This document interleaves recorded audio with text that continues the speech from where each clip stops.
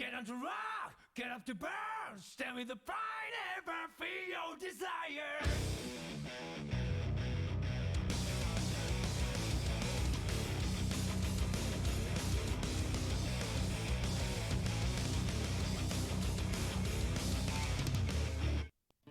Your hand touching me, what do you want to know? Your fundamentals are all screwed up, and you have big issues here. It's just beautiful, your eyes reflecting me, what do you wish for? 'Cause I want to know you, so let's talk about you. Let's talk about you.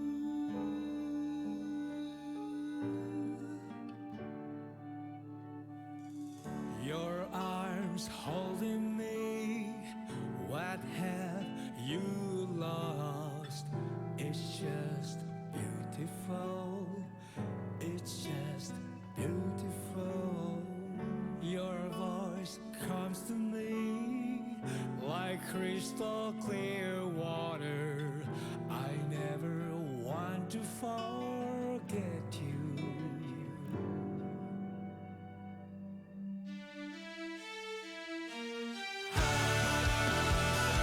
In the midst of the time, I hope if I could only start one thing, I want to burn all of you in my heart. So let's talk about you.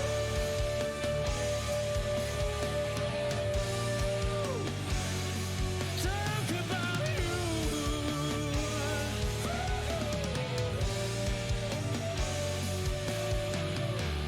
Your smile's one of a kind and belongs to everyone.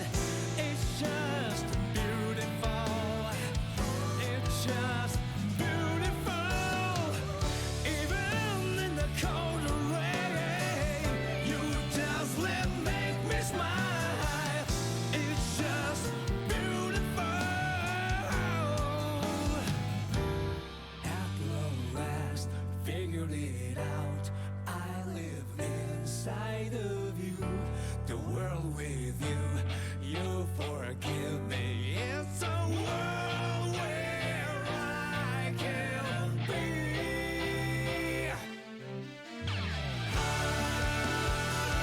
In the midst of the time, I hope if I could only stop one thing,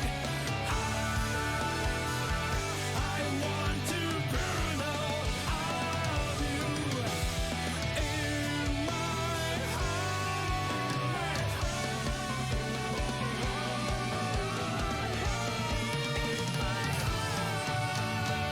So let's talk about you, talk about you. Let's talk about your chat. What's up? It's a Monday. Hello, hello, hello. Hope you're all doing well. Holy shit, we got a nice bracket going today. I'm just doing the final seedings here. Should be done in just a second. There's one I forgot to seed. Yeah, we'll just put him up. So I'm ready to show it in just a second. I just need to put a couple changes to make sure that it is fair and just and not too whack.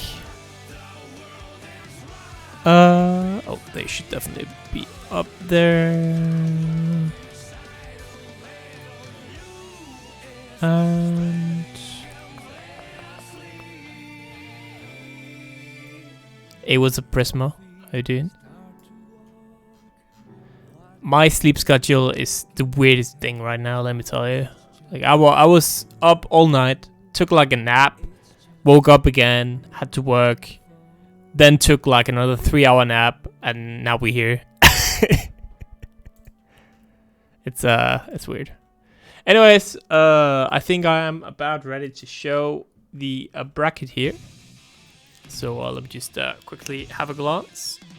Yeah, Tony is hella stacked, 92 players. However, we do still have a couple players who not checked in, as always. So I'm just gonna count them out. They have a couple of minutes to check in, otherwise they'll be DQ'd. We are talking about Mr. Wolfman, Envy, Flaming Skull, X-Frame.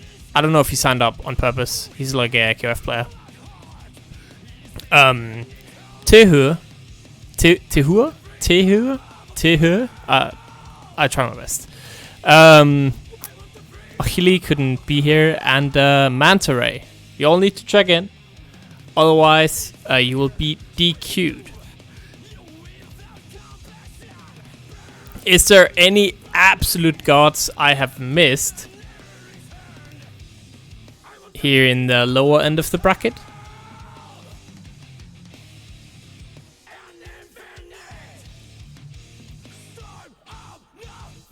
Actually, I think what happened if last time I was like Diamond 4-7s played, but I think I just mistook him from Diamonds.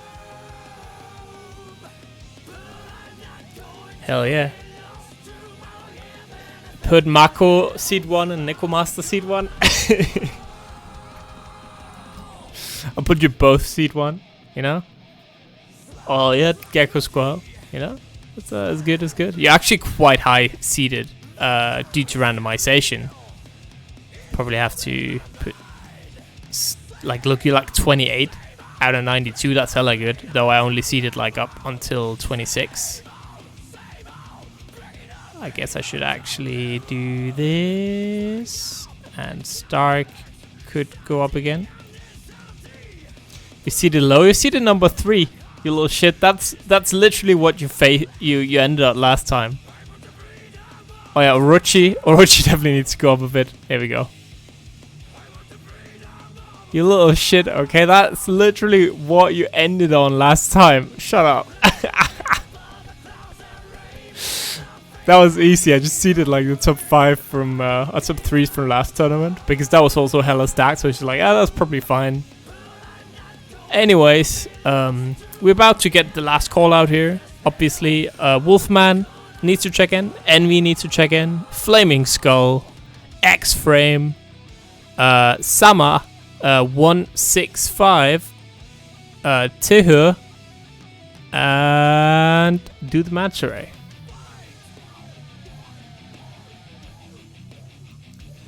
The Sushi Sparkle getting actually... This is at the service to Sushi Sparkle. They've gotten a lot better.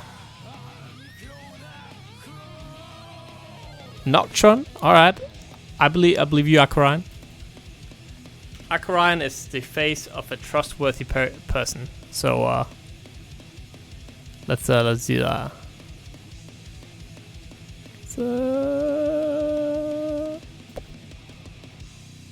Again, I need to get my my bracket website working again, so I can or update it, so I can see like the updated rankings of everyone these last couple of weeks. Hell yeah, Sushi. That's what I'm hoping for. Anyways, I think that will be it for the seeding portion of this. Who won the beginner tournament last time? Dini's Way to Love? Alright, that's... I'll fix that.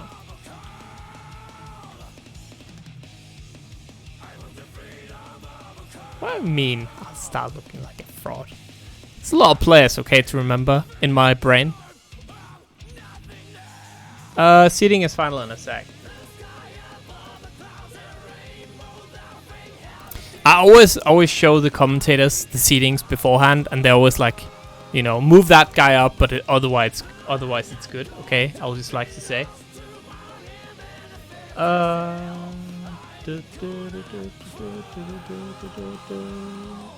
What was it? There was like one more thing here. I lost my train of thought. Don't put the seating on us. I absolutely will. Anyways, I think we've got a ton of players. Well, ton. For this amount of entrants, having 8 people not checked in is actually pretty damn good. But I think that will be it for the check-in results here. Oh yeah, I was gonna check before I finish up the bracket fully. I just need to check who the heck won the beginner tournament, because I forgot. And I even saw it. I saw who won it, but I forgot it. So I'm just gonna go there right now. Hertzy won. Yeah, it was a May player. Yes, it was Hertzy. So you're on stream, Hertzy. Congratulations. Oh, God fucking damn it. I closed down the bracket. Give me a second. I can't believe it.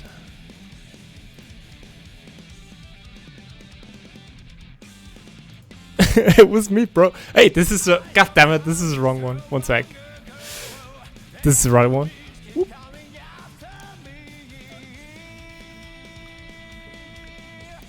Alright, so I will start the tournament. Yeah, hell yeah, Rexu. It's insane, right? Hatsi, what you get if you win your match on stream, you get the chance to play against Sando, the absolute fucking beast that has been destroying all the tournaments in a row. So, you know, that's pretty cool. Anyways, as always, I will just mark the stream matches if Challenge will allow me. Hello. Alright, that's one. We will do... I feel like it's been such a long time since I've seen Diamonds play. So I want to do that. Do that thing.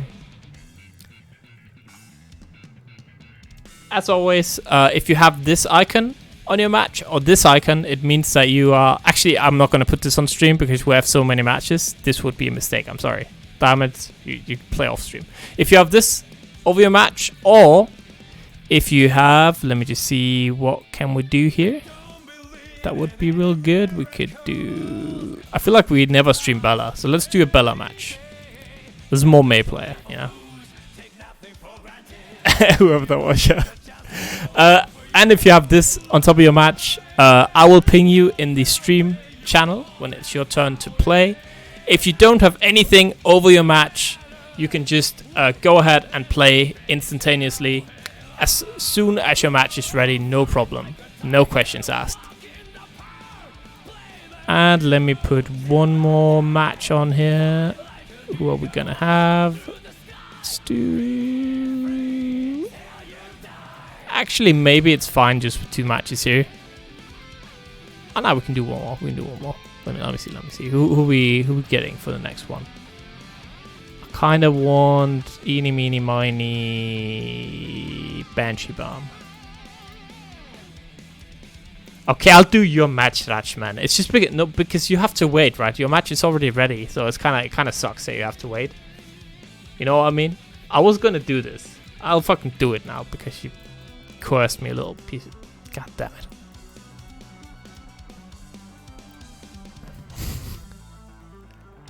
So let me just see what kind of messed up matches we can get in round 3.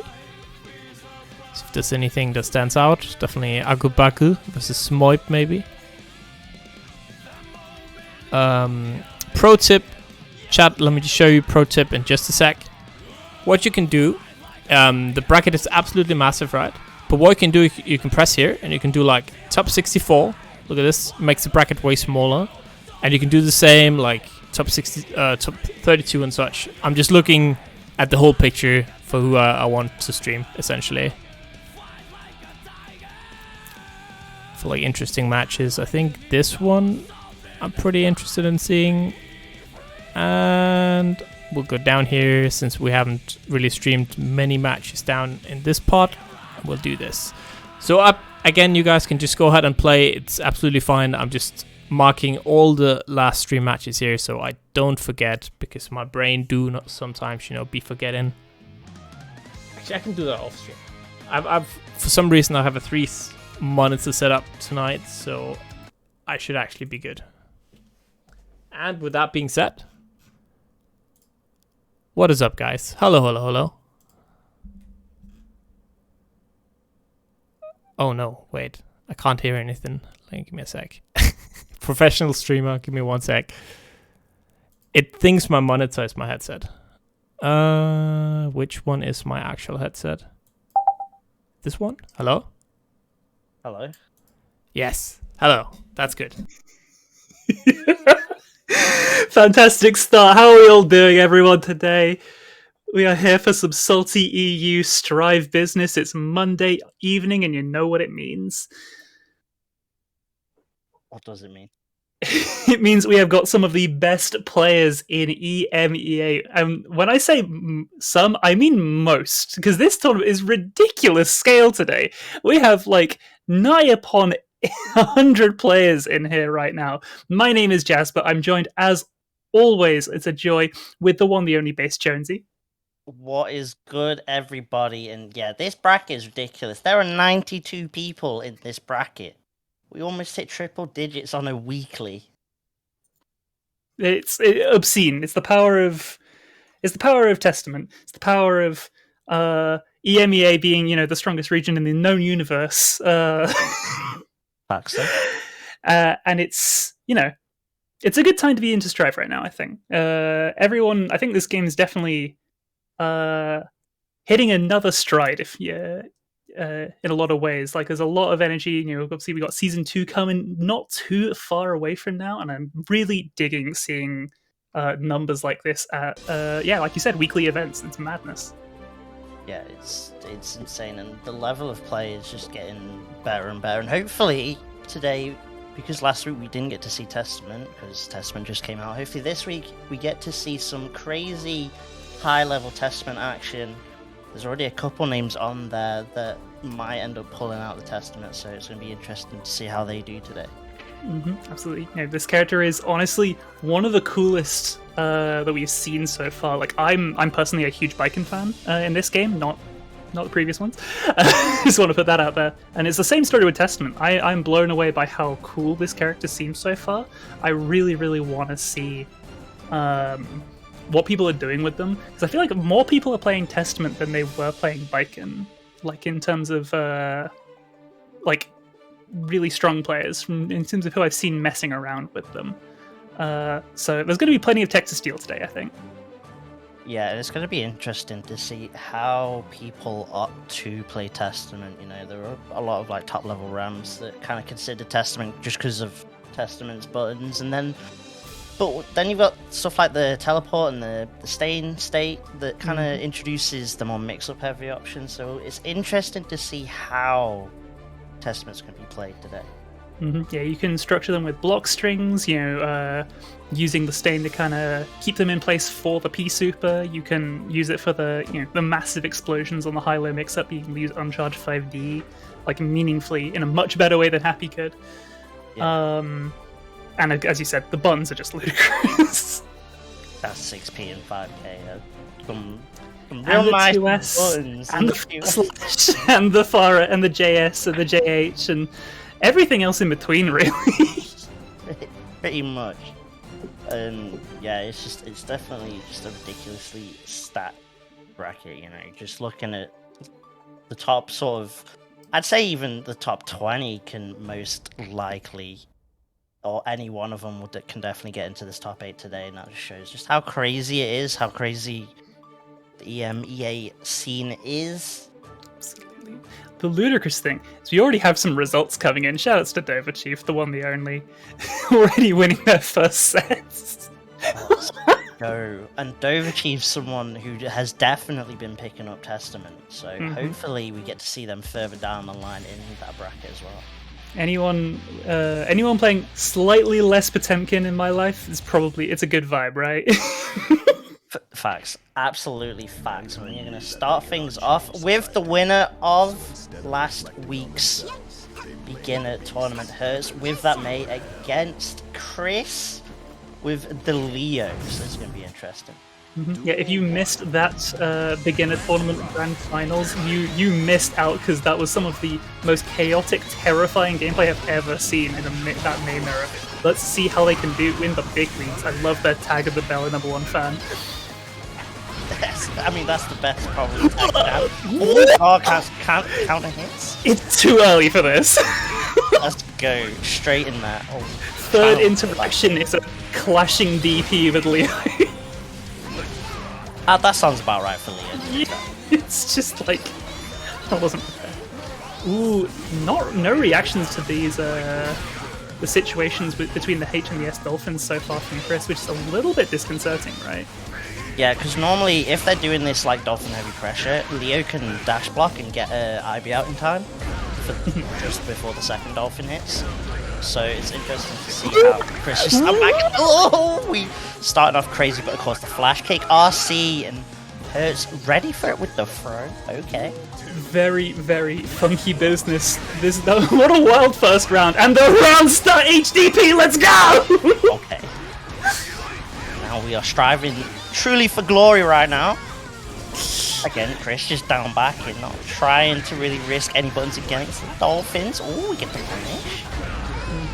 Oh, that's dangerous game. Oh, unfortunately, not a huge combo from Hertzy, and does get DP'd into the corner here. But when they're in the corner versus Leo, the damage might be huge, but the mix, not quite so much as what you would usually expect when you're blocking Leo, right? Yeah, exactly. And we're gonna see. Oh, no burst bait actually. But again, the Dolphins, Chris just kind of struggling to start to deal with these at the moment. Yeah, it does not feel like they are prepared in the slightest for dealing with these Dolphins. You'd expect that, stuff like, even like DPing the H Dolphins on reaction, it's not the best option, but it's something you can very much pull out if you're really, really struggling to find those, like the IBs, like you mentioned. Yeah, and especially with a character like Leo, because you're already down backing from the Dolphin. If, you're calling out, if you see the startup of the second Dolphin, you could either dash instant block, or you can just flash kick 6p. Got options there. True, yeah, 6p, I feel like Leos are kind of like, apropos a little bit to cracking out the 6p. They don't want to say it with their chest. They kind of like keeping it to themselves. But like, modern Dolphin, you can very much 6p that stuff. Yeah, so again, it definitely seems like Chris kind of trying to figure out the matchup as the game goes on, which might end up working out for Hurts. They took game 1, we'll see how they start game 2. And again, trying to just set up the Dolphins right now. That's the thing. May is a character. Well, both of these characters honestly thrive on a kind of a lack of like awareness or matchup experience, right? Like maybe more than most characters in this roster. They can really get away with some cheesy, cheeky stuff. Fantastic DP on the slide there, right? Yeah, I guess the hard knockdown from a heavy flash kick. Oh my god, he connects! You know what, that's fine because it happened on here and that's blessed. Let's go in there. That's a nice confirm from Hurts. Gets the OTG trying to bait that reversal is definitely a true thing. Leo's, if you OTG a Leo, they will DP on Wake Up. So many levels of play. It's so tempting. You just have to go for it. Oh, gets the throw. And again, Chris can't just get any pressure going. But here we go, the throw back turn this time. Overhead. One of the scariest characters to get reversal thrown by in this entire roster because of that back turn stance it gives you. Gets the slide out, does knock them out of stance, gives them back into control, gets that counter hit starter! Yeah, the way too high burst, the May Classic, there is just so little you can do. A little too close to the ground to get the confirmed combo, but misses the punish on the DP! This is a dire straight. Wow, bursting right there. They want this round, they need this round, but no grab on the cross up, and that's going to be Chris taking that round. Neither of them going with burst in this round. Counter hit close there, so time to hit him in the head with the headbutt. Flash kick, you are not taking your turn back. And yet this time, Mr. Artisagawa coming on in, but there's another DP. That's the back turn setup. Catching out that parry attempt, a throw back into the corner. I really like how I just looked at the tag. How Hertzy is kind of, responding to kind of the habits of the DPs a little bit, the flash kicks, I should say. Yeah, they're starting to try and bait this out, but Chris starting to pick up some nice counter hit 2Ds. To try and extend, but didn't get the wall bounce off the 5H. Makes some time. Just uses Goshigara to kind of set up a bit of control of the situation rather than actively trying to hit with it. Oh, yeah, just catching them toes. We've seen quite a few 2Ks and 2Ds doing a lot of work for Chris so far in the second game. Yeah, starting to catch her, dashing in just a little bit too much right now. which can be scary because if you chuck out that button against those disjointed anchor normals, you're risking a big counter hit, but we'll see if Hertz kind of starts throwing them out, starts adapting to these checks. Especially 2D, because 2D puts you airborne on versus 5H counter hit, if I'm not mistaken, right? I believe it's so. And that's a death sentence, just like full. Like, Leo's got decent guts, but listen, anyone's getting bodied by that. He's had a hot team meal this one, so yeah, it's counterbalanced. Oh, this is huge. Yep. Not going to carry into the corner. Oh, God! Look at this damage. Thank God for the wall. You know what, honestly? I know that wasn't intentional from Hertz to keep that corner, but I actually think they were really benefited from the fact they didn't break the wall. And Chris not being ready to kind of, tech off the wall. They kept a lot of control there. Yeah, just keeping all that control. Takes that round pretty comfortably as well. Jumping, can like finally confirm off it, but it's back to time for the mix. Blocking overhead, gets the backdash dolphin. Chris in the corner now, they gotta hold all of this mammal pressure. 6 Ps, but doesn't either find the hit or get punished. So it's nice. Anyway, it's important to see registered that was an option picked by Chris for the first time in this final game. Not final game, good lord. It feels that fast. Yeah. Darcy confirmed. Surplus. Yep, gets the guaranteed H Dolphin. And again, catching that DP just a little bit too quick on the trigger. It looked like they reacted to the backdash animation, possibly thinking it was them like climbing on top of a dolphin. Yeah, maybe. And they had meter to RC, right? So they really just kind of wanted to take the turn back no matter what. But it's the classic thing. It's the one damn thing you can't RC in this game is with DPs. Everything else fair game. Those you are stuck in, like, maybe the worst situation you could possibly find yourself in. Some dice plus, maybe? Just Leo's flash kick, though. Just Leo's flash kick. For the kings of the round table. You know what? As long as they keep it off of Beta Blade, you can not give it to Sol, I don't mind. Like, could you imagine? I don't want to see a world where Chip can Beta Blade in neutral, fast RC. Just JS. Actually, literally let it rip. I don't ever want it. That's a world I don't want to see. I'm fine with that not being in Daisuke's vision. It is 2020, but anything is possible, I guess. Hopefully not that. He's got to get his eyes checked if that's happening, that's all I'm saying. Daisuke definitely needs to go Specsavers if this happens. The real question is though, what does Chris need to do? You're the Leo expert here. What are the holes? What do they need to plug in order to kind of save this sinking ship right here? So again, just kind of challenging some of the dolphin pressure, but honestly, just doing stuff like dash 5k and into throw. Just get the back turn stuff going, and we've noticed that Hertz struggles with the cross up slash with the cross up 236H, sorry, already. Like, if you can find any way of just forcing Hertz to block and going straight into it so that you can go unga bunga, by all means do it. Until Hertz shows that they are challenging that, there's no reason for you to not go for it. Oh god, that was the 2D that we talked about. Getting caught by the 5H, putting him airborne immediately, but undeterred does the...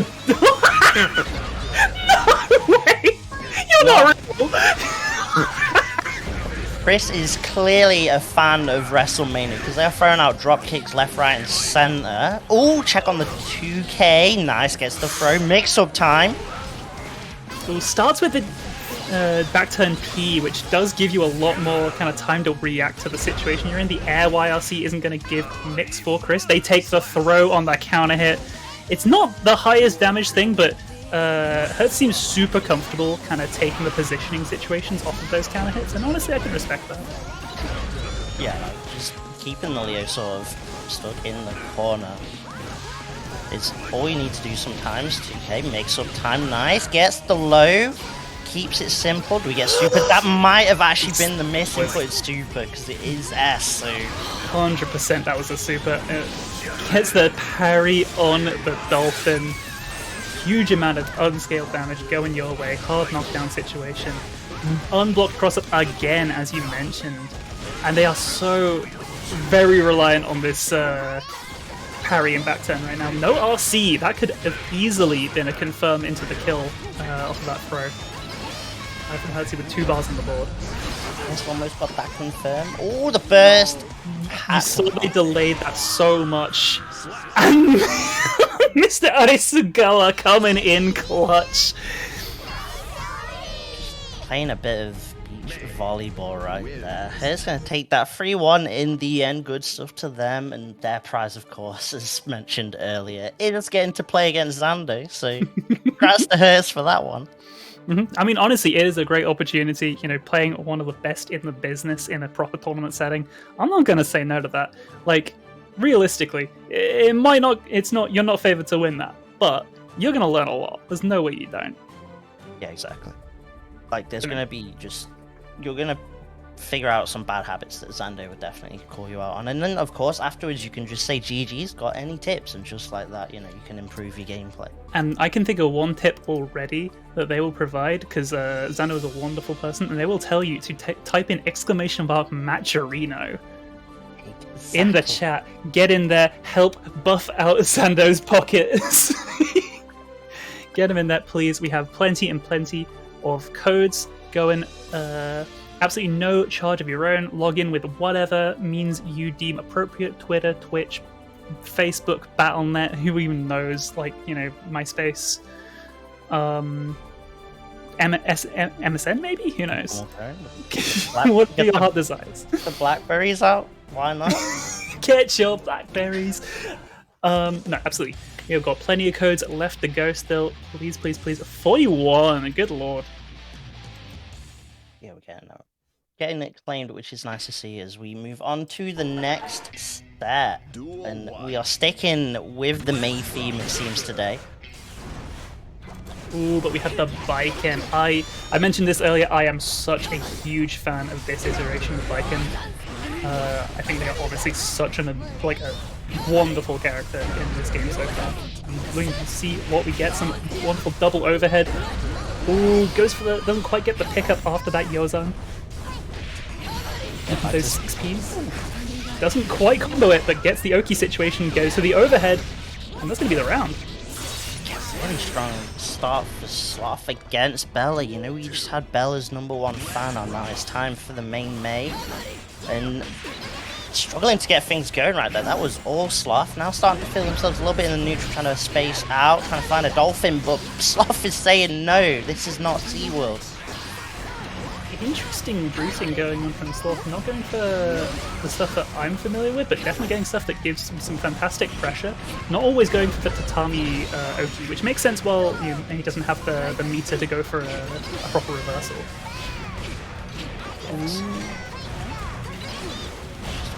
Sloth trying to maneuver their way out, but Bella keeping them tied down, finally gets something going. And in this matchup, is it worth damage? And that's why you can't do anything! If that tatami is coming down on your head after the H cavalry, you best damn well sit there and take that mix, because anything else is going to get you killed. Exactly, you have to hold that mix up, whether you want to or not.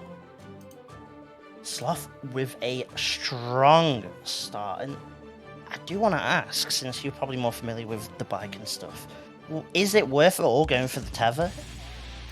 So the tether is a really, really funky mechanic, and I definitely think one of the main kind of situations you'll find tether is in kind of can scenarios, right? You know, the main one being counter hit 2H. You know, you can get a full extended combo with an S tether.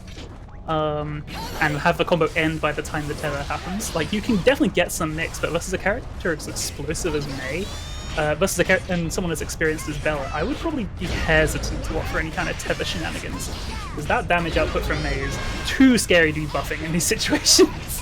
Look at this, a great example. Yeah, we're starting to see it straight up. Oh, doesn't get the anchor, but uses that as an opportunity to get the pressure going, and this time will be the round. Perfect as well. What an answer. to losing game 1. Bella coming hard out the gates game 2. Wonderful stuff. It's the power of the color change, right? It might actually be. Sometimes that's all you need. And like both of those colors are wonderful, so I'm here for it. Either way, double overhead does get blocked, but you are more than comfortable. Oh, the parry! Trying to catch out some kind of dolphin possibly. There's the double jump in overhead. Gonna get the meaty situation with the JH. Misses the cavalry though, that is huge, giving Bella a lease on life. Oh my lords! Challenging the staggers and gets the counter hit off that. Oh, it's a full moon for Sloth tonight. Hard knockdown time for Bella. Yeah, and well, that's the closest we've seen to Tether so far. You actually saw Bella actually went for the throw there was slightly early. You saw the first few frames of the throw while Sloth was still airborne. Yeah, definitely kind of felt that Sloth was going to go for that, kind of maybe just clout earlier with the tag. Either way, going down to the last round, game 2, and Bella got Sloth stuck in the corner, and this is the risk, because if Sloth dares to go for a parry, they gotta eat that damage, and instead they find a counter hit of their own into the mix. Oh my days. Counter hit Yozan Sen. It's a wonderful thing if you see that. Yozan obviously usually requires meter to follow up, but if you get that counter hit, you do get a meterless route. It's a great time. Please just sit there and block this, like, I'm begging you. Oh, big chase down on that backdash though. Bella trying to close things out. Has the RC, and this should be the round. No, we straight lion. And another drop. Blocks the overhead, but no pop! Just from a response pull from Sloth. This is really scary. Yep, that backdash catching. Oh, good lordy. Okay, Bella tying things up. Like I said, that backdash dolphin just caught Sloth trying to press the button, trying to take their turn back. Which is fair, because Sloth knew Chit was a factor and they needed something to challenge. Yeah, that fast slash is perfectly reasonable call, right? You know, because if they go for anything other than backdash, fast slash is probably gonna win versus the post S dolphin, right? You've got massive frame advantage, and fast slash is no slow button by any means. I just want to see people forcing Maze to reconsider when they go for backdashing after S dolphin, because it's such a central part of the character. You see already. Yeah. Straight away. Oh, 6p keeping Sloth tied down to this wall. They are not allowed to get out. Finally finds some challenge, but can't get anything off it. Tries to get something cheeky with H Cabri, kind of no such luck, and Baiken really does not have all that much defense as a character, and you see that in how they are getting eaten alive as soon as Bella finds the hit. Yeah, when you got Bella playing Sega Bass Fishing with these baits on the burst, it's definitely looking long for Sloth. What a wild 2P, you never see that button. Like, Clash? what in the good lord. Oh, using the H cavalry just for movement's sake. Very interesting stuff. The response dolphin between cavalry, at the end of cavalry pressure, that is wildness.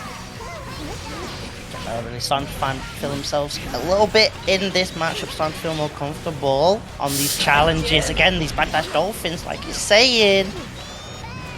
Yeah, I would love to see stuff like 2H. It's a very committal option, obviously, but Bella has very much proven their comfortability going for that backdash because they are being completely untested on it. But that is another win just like that for Bella, now on set point after the first game looked so good for Sloth. Yeah, Bella's backdash is not getting called out, but Sloth's immediately getting called out to close that game 3 in Bella's favor. And like you said, Sloth hot out the gates, and Bella's kind of just been like, okay, I'm starting to figure out the matchup as this set carries on now. Starting to adapt really well to it. Yeah, Baiken's definitely not a character that's super regularly seen, right? Like they had their big influx because they're Baiken, they're a popular character, but I don't think in the kind of competitive circles they saw quite as much of a explosion of play as compared to honestly like Testament scene right now. Yeah, exactly. A lot of top players didn't really want to commit to the Baiken, but we're seeing Sloth putting up a solid fight against Bella right now. As you say that, we're going to get the throw. Oh god. Yep, anti-counter timings, some wonderful stuff from Bella, and now that is set point ready for Bella. Salt's got to find something right here and right now.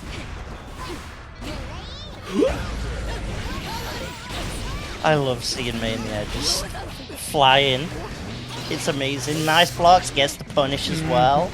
Good awareness to see, they've been going for that Yozan a lot when they actually get that tummy set up, even without the meter. And look at this damage! This as well. Now they're going to get that positive bonus. Sloth trying to get something going with that RC, but Bella's just happy to play this out into the skies right now.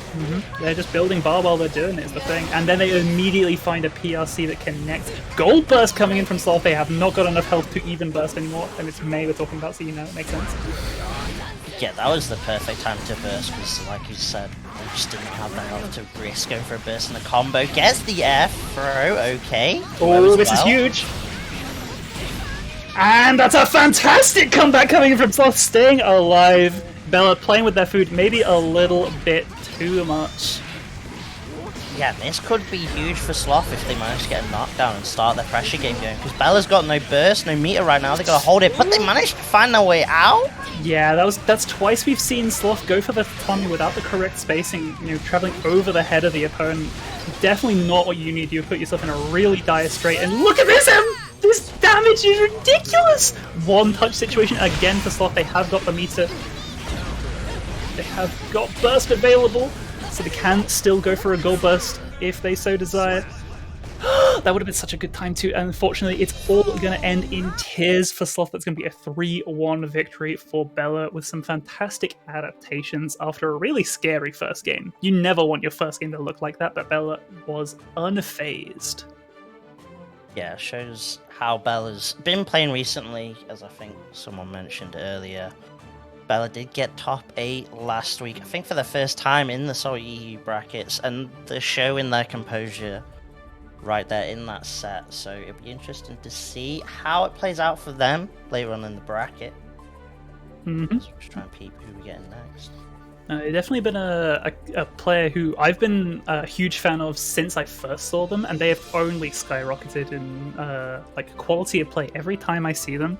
They're just looking a little bit more crisp, a little bit more clean, but most importantly, they're just looking confident, and I'm a big fan. Yeah, and when you've got a confident player playing Mei to the level that you know they can play at, it's definitely scary for sure. Coming up now, we're gonna get Cloud versus Rackman. Cloud, who unfortunately was, I think, like a set or two away from getting top 8. Definitely want to improve on that, and they are up against the chip of Rackman. There's gonna be some true shenaniganery. The buttons from Cloud, just straight out of the gate. I am in love. Just seeing Kai pressing those fast dashes and those 6Ps from over half screen away, I'm here for it. Oh, huge throw attempt getting blown up by a shimmy by Rackman. I want to counter with some of these buttons because Rackman's got the whiff punishes ready. Gonna get the wall break with the art attack moves. Positive bonus. The shuriken coming on through. Wow, the gold burst on top. Oh, and Cloud is trying to get out there. Just blocks as well. We get the DP. Very nice stuff. The slide doesn't want to find out if it was spaced correctly. Just going to RC on the first. Wow, seems to take the turn back. Cross up some pressure. Cloud stuck in his corner. No resources. Does get a nice air-to-air confirm. Oh, catches the backdash with a wonderful close touch. A little too weird of a one. Well, that was a hopeful 5D if I've ever damn well seen one. But a beautiful punish catching out that Kalfa blade just like that. That was really clean decision coming out from that RC. But again, Rackman starting things off strong. Got Cloud stuck in the corner right now, but Cloud's movement really on point. Avoiding the mix-ups, gets the counter hit and catches. Rackman trying to get out of that situation, and this is damage on the chip. Where are you trying to backdash to, my dear? Where are you going? Clearly wanted this stage. Oh, where did you go? They did not. Well, they didn't go for the round win. That's for certain. when you see through the substitution jutsu just like that, but bait that burst. Good lord. Cloud saying, hold on, I got this Genjutsu, clearly.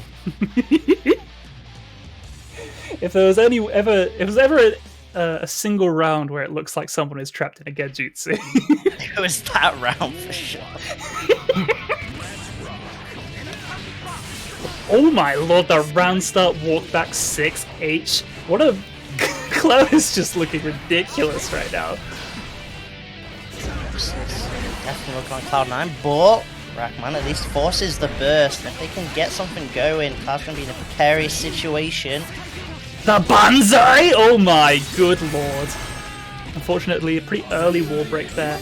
Going to be a pretty low damage route. The BRC is just, nope, getting out of there. And what challenge as well. Unfortunately, again, low damaging combo. Alpha Blade is just destroying this wall. It's a reconstruction project coming on through. Oh, beautiful low.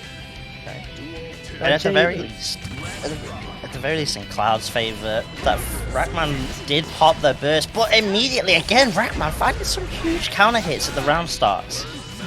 Yeah, that 2D came out of absolutely nowhere. It looked like it teleported forwards. Oh, got the positive bonus again. Cloud got their burst back, but not allow me to work with. Oh! Rackman letting it rip with the Beyblade from across the screen. Awesome. Oh, some more Kalphas. The mix coming through. Doesn't block the low. Gets that 6H ender for a little bit of healthy damage, but it's gonna be the round. Rackman takes game 2 after Cloud really started looking like they were having their way with Rackman in the end of the first game. Coming back with a vengeance. This is a shinobi on a mission. That was so smart because they saw Cloud had that meter to RC, and of course it's a Kai. You know Kyle's gonna want to stun Dipper RC and just says, nope, that's whiffing. I am baiting that out perfectly. Rackman tying things up 1 apiece right now. Do not care if you're from a German power metal band, my dear. You are not hitting this low. Game 3, and this could be pivotal because if Rackman takes it, they are running with a tournament. Oh my god! That is not the way you want to start things off. You force the burst out early. I don't think that was a forced error, I'll put it that way. Oh my god, 6p into DP, why not? Committed to it, and that was a huge committal beta blade as well. There were no resources to back that up. Great catch on that, seeing the start of that 6k, hopefully. Oh, and again, What a mad combo! that was kind of sick. Rack just kind of, again, being a bit too anxious in the corner and getting clipped before Cloud really just ends their block strings with anything. Clipped in more ways than one, I'll say that. Ooh, Okay. goes for a double 6p, not going to find its mark. The second one is a different story. And I don't like that Rockman is entirely revolving their offense around that fast slash immediately after just getting blown up by that 6p. It kind of it makes me a little bit nervous, right? Hits, force the burst, the jump 2k is coming out, trying to push Cloud into this corner and does need to get something off this mix. Oh, that's huge! It's gonna be, oh no, unfortunate early end to that combo. Danger? What? That was Daisuke's vision. Clearly it's too much rush down. Danger? I mean, he's always in danger, but what in the world? The live slow still opts for the Banzai, confirm. Good God, the Banzai of dreams. They did have the meter to RC it, but it's such a scary option to go for. Alright, now needs to try and close things out. Counter hit to start things off. Again, catching the backdash. These clip flashes. Stop! I'm begging you.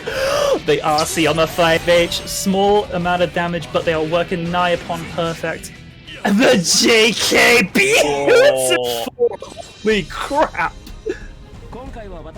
That confirm was no joke. Oh my days. Kai's never heard of a joke. He's unfamiliar. don't know, with the way he threw out those two JKs, he's clearly a comedian. Oh, this is a ridiculous set. I am at a loss, to put it bluntly. Yeah, it's crazy. Rackman's definitely come out of the gate as fast as they can, and it's clearly put at least a little dent in Cloud's armor right now. But they did manage to at least take that game, and it was quite a pivotal game for you to take as well. As long as they keep backdashing on these wake-ups, being afraid of a throw is not what you need when you've got your back to the corner versus Kai. That's the least of your worries. Get the backdashes.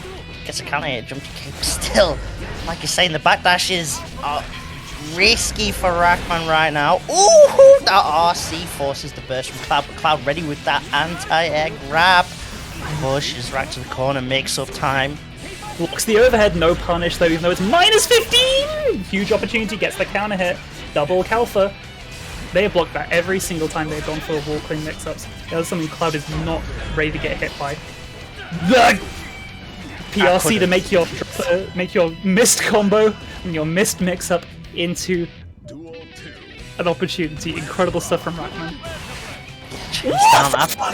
Wow! That was a Street Fighter 5 combo, you can't tell me otherwise. That was a crush counter. That was ridiculous right there, oh my god. Nice stuff with a double jump into the J2K. Not what it used to be, but still a fantastic tool to reset pressure. Oh! I have no words. I have no words! Oh, chip damage! Yes, it is! Oh my god! The walk from so far away! Holy crap, Rackman! What the hell was that? Stone Cold Rackman definitely wanted that glass to shatter. That wall grabbed Cloud and said, listen, you are clinging to me right now. I love this game. I love this game so much. I hate both these characters, and I love this game. That was amazing. Game 5, just like that. Rackman versus Cloud. Let's get into it. Yeah, and just all the respect right there from Cloud on that round start, just backing up. Rackman trying to get their offense going. Nice challenge coming out from Cloud. Pressure catches the backdash. Yes, again. You're playing Shiki Tono. Stop it with these damn backdashes. The jump backs have found nice timing to him, but it's those backdashes that is really not working out. And again, Cloud's starting to find these punishes. That was a gorgeous punish. Yep, that's going to be a guaranteed burst for Cloud, putting themselves in a fantastic. What the? What in the world are you? Ugh. That was an all or nothing for all the chips in for that because there was a what? There was no RC or anything. That was if I get this, I can get my offense going. If I can't, I'll take the round loss. Incredible block from Cloud to know that we're going to be in the front.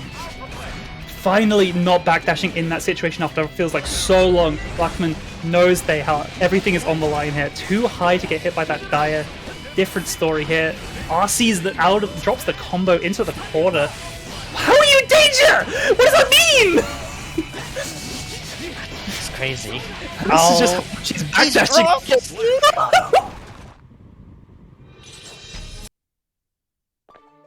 I have no words.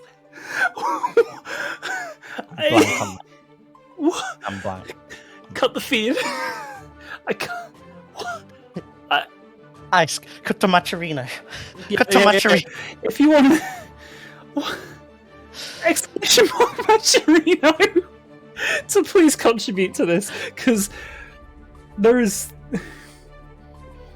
Something's going to be wrong for these players to be going for these options, and you can help their financial stability by contributing to this Maturino with exclamation mark Maturino and putting in your contributing your code. We still have 38. Are you joking? Make that 37. Mine hadn't gone through. Shake my teeth. 37 codes left to go. Please, please, please, we simply insist it is at no expense to yourself. You use line! Exactly. And of course, you've also got the sponsor quest just a bit below that claim code button. So all it takes is pressing a couple of buttons there, visiting some sites, like stuff like the G Fuel site. You can even do the G Fuel survey, and they'll ask you what's your favorite flavor of G Fuel, and I think you can literally just type whatever You can literally say run up Beta Blade and it'll work, so... And then next month G Fuel will drop their new lineup. Run up Beta Blade. What does a run up Beta Blade taste like as a drink? Well, it tastes like victory, clearly. Not today, unfortunately. Still, But, no, I mean- that wall it's splat- alright, man, though. absolutely, that wall break was just amazing. To take it, Oh, crap. to take it to Game 5 again with a player against Klaus Calico is ridiculous. And speaking of ridiculous, look at this set got up next. Orochi versus Budfeni. Coming through. Nago on Nago action. We're here in hell.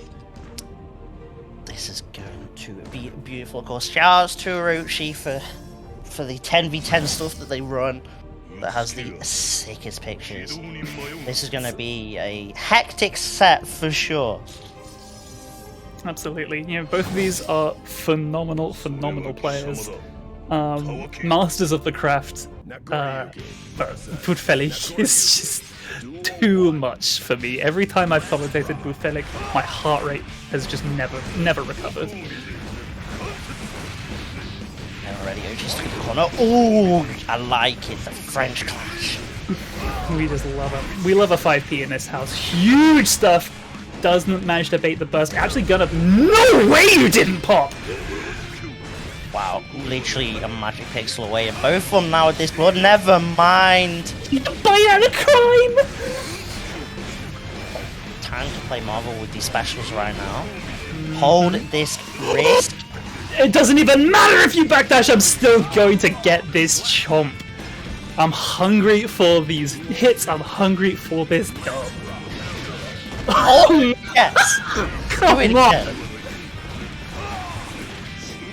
Oh, that's a nice push. Pressure for Orochi for the first time. Really got Bud in the corner. Gets a counter hit as well. Has the meter for super, and we are riding the wave, Jasper.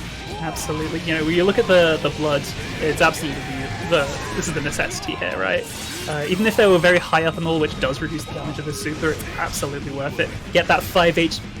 Oh god, level 3 5H was. Oh my god!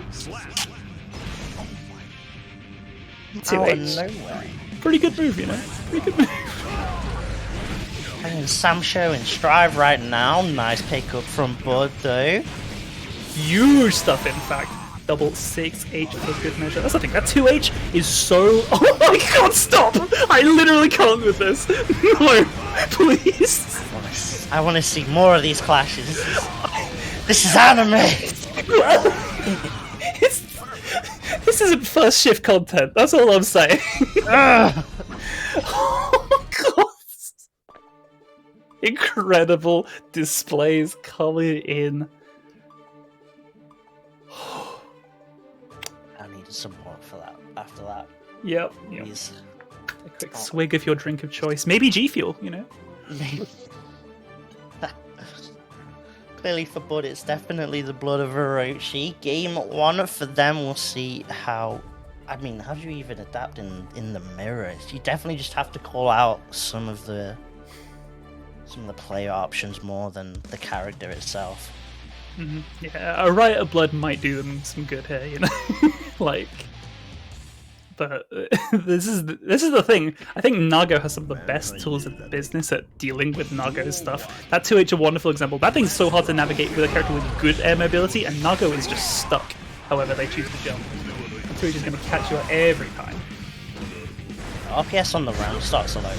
Very interesting. We saw it right there with that start. But Orochi bouncing back after it. Huge stuff. Yep, not going to be a burst immediately.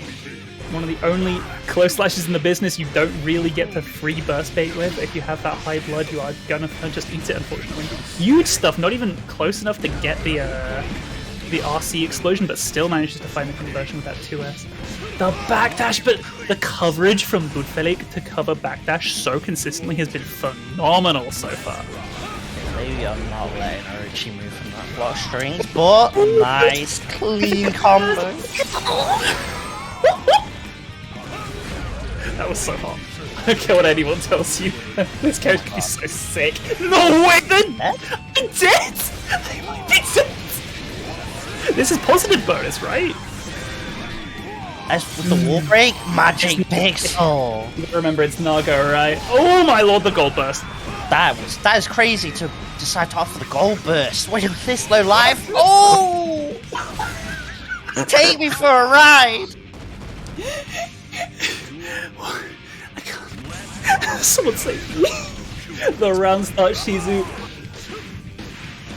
Oh my lord, this character does not care if you backdash. Like, not even a little bit. Wonderful punish on that uncharged 5D. Taking advantage of that minus 15 situation with that 5k. High blood level, both of them. They gotta kind of play this grounded footsies. Nice PRC. Oh, too little, too late! That's a huge amount of damage. In fact, that's actually all of it. That's all the damage. Every single bit of it. And considering how crazy some of the moments have been, it's a nice, simple combo just to close it out. Doesn't risk any sort of drop. But 2-0 up right now. Is the best kind of simple, because it was simple and it was long. Like, it just took a long time, and there's very little you can do to drop a combo that's mostly just pressing the S button like 5 times. Exactly. It's simple and clean. Ignore all the jumps, anything like that. Oh, they respecting each other on the round start, both from dashing away. Okay, Orochi forced to pop the burst. Early counter hit, Beyblade. This perfectly symmetrical violence might not solve anything, but it is looking amazing on these round starts. Bud's been getting some grade 2 S's in this round alone and throughout this set. Not gonna break the wall. There's gonna be so much damage the next time they find a hit. No reversal throw on the 6k. Are you serious? Blood-sucking universe, it is your time to shine. Dash. Oh. That's the round, just like that. No, it's not. Oh my god, the reversal super. Is this gonna find its mark? I don't think so. Beautiful. Just calm pressure coming out from Bud. There, Orochi. Gonna need to pull something out of the bag if they want to make this comeback. At least forces the burst. Oh, that 6p to challenge. Madness. Ludicrous. And again, it still feels like Orochi is just a little bit behind on the blood management, only made worse by these constant barrages of blood-sucking universes. It's just a little too late. That was not a perfect, but they did have full life at the end of that, thanks to that amazing command grab from Budfelik. Exactly, and all that pressure starting again. That last round coming out of the counter hit to S. Orochi's trying to call out with that 2H, and Bud's throughout that whole set really just did a solid job of clipping Orochi's toes. Yeah, no, that 2S is so criminal. It is such a fantastic tool to just completely mitigate a grounded kind of game, and because Orochi spent so much of that set in level 3 blood, where else is he supposed to be, right? Like, he's got to try and be in that mid-range space, and he's just getting blown up for it.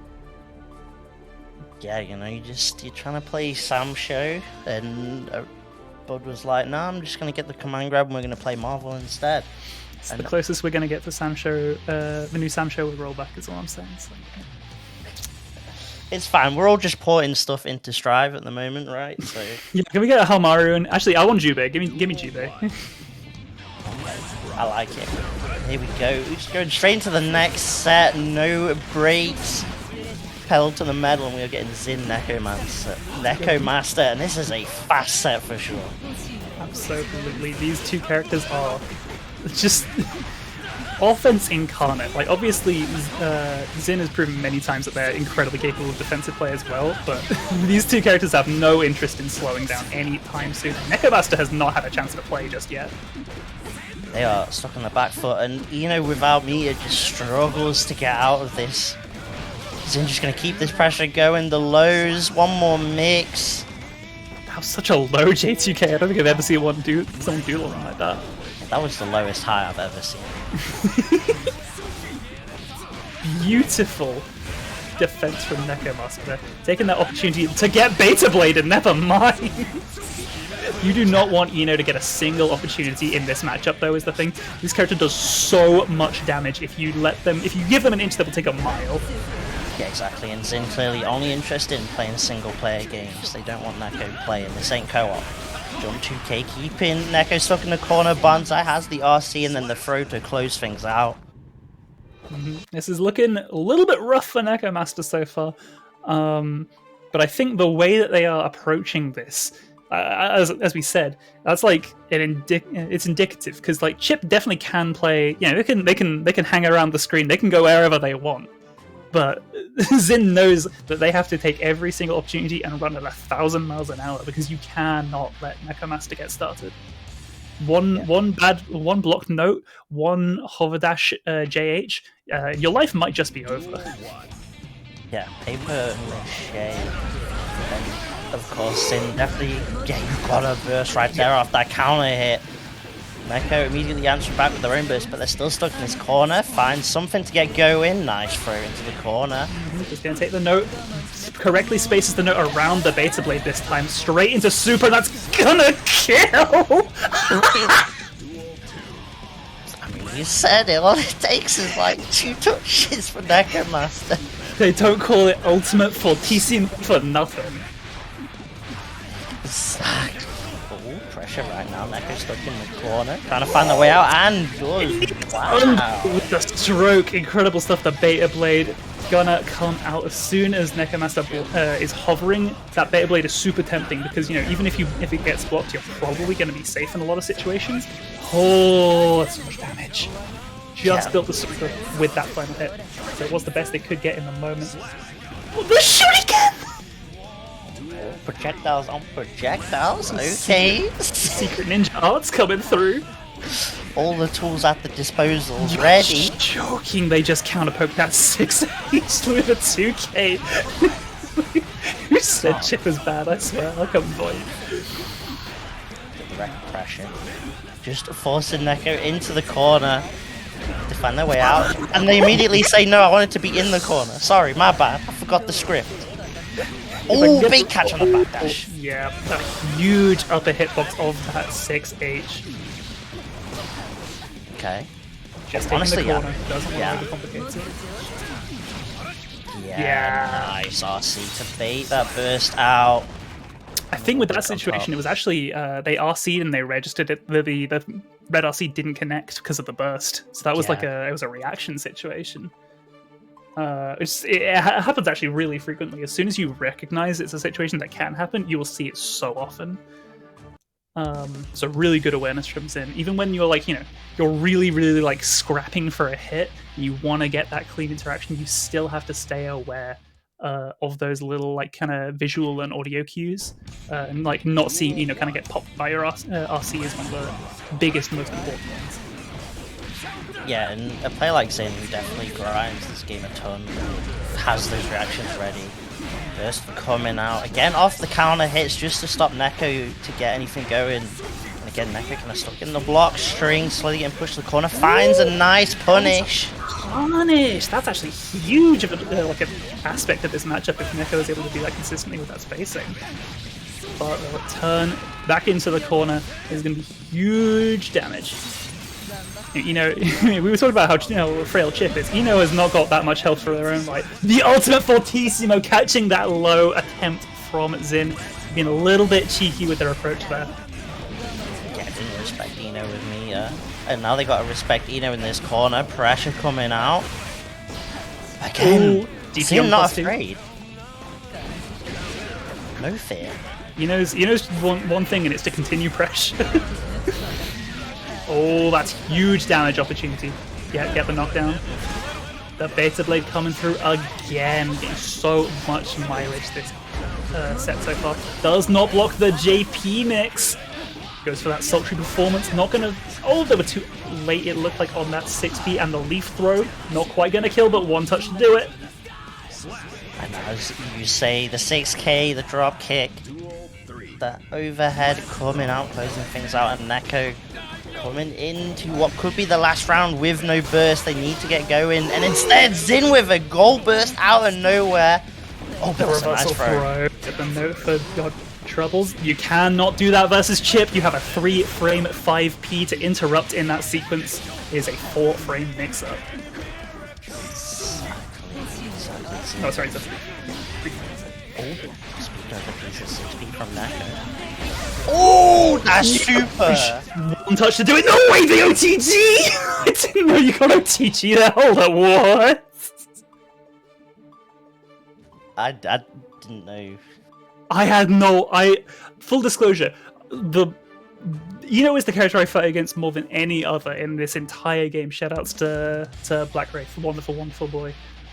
They have never done that to me to close out a game, and I'm gonna. If they're not already in the chat, I am sending this to them like immediately after this. Oh my god! First time I've seen. Frame already! Let's go! Sin, first already, but they got Neko in the corner, and this is what they want, Neko. Punish on that. Neko tried to get out of that corner, must have got thrown out, maybe stroked the big tree. They've bursted, and they're still stuck in the corner. Banzai! It's not looking too hot for the master of the Nekos. This is all looking like it might end in tears right here and now. What a beautiful combo! Holy crap! That was sick as well, that combo.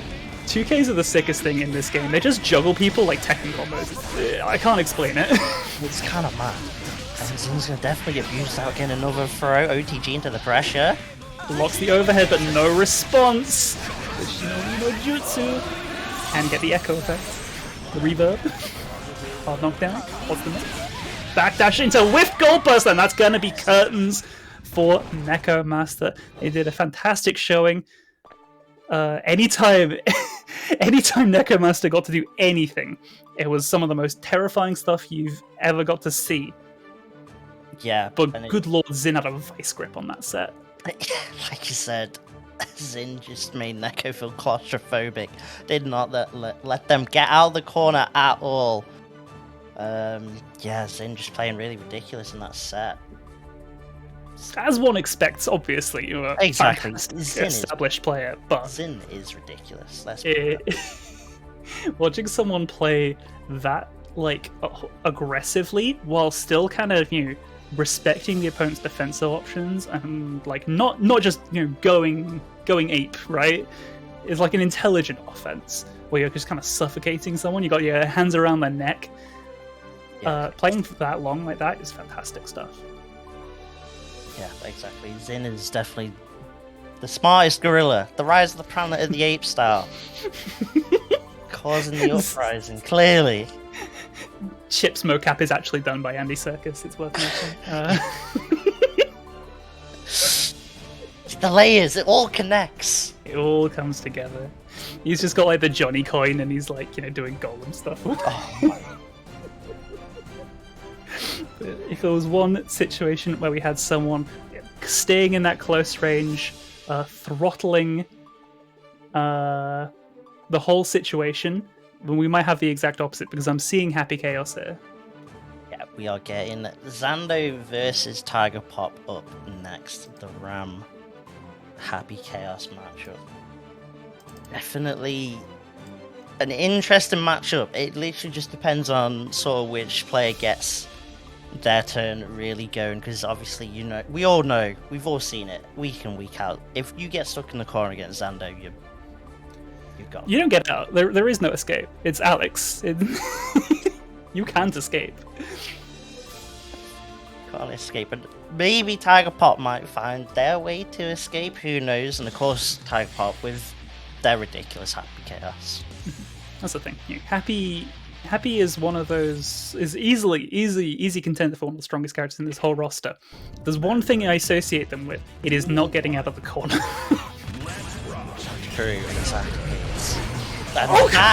Oh yeah, you gotta burst there. Of course, Happy Chaos. Not a lot of guts.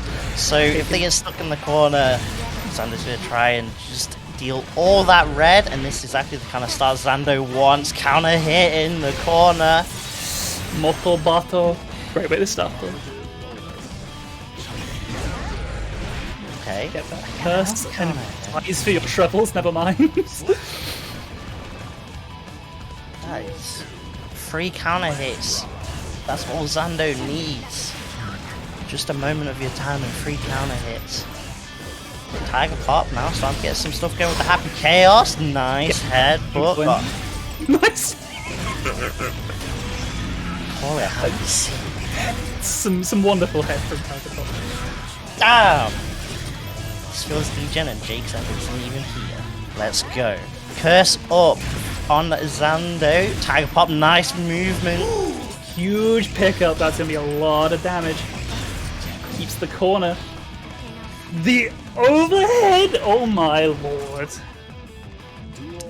That's ridiculous. Great answer back around from Tiger Pop. 6p, Zando ready. Oh no, clipped by the sword.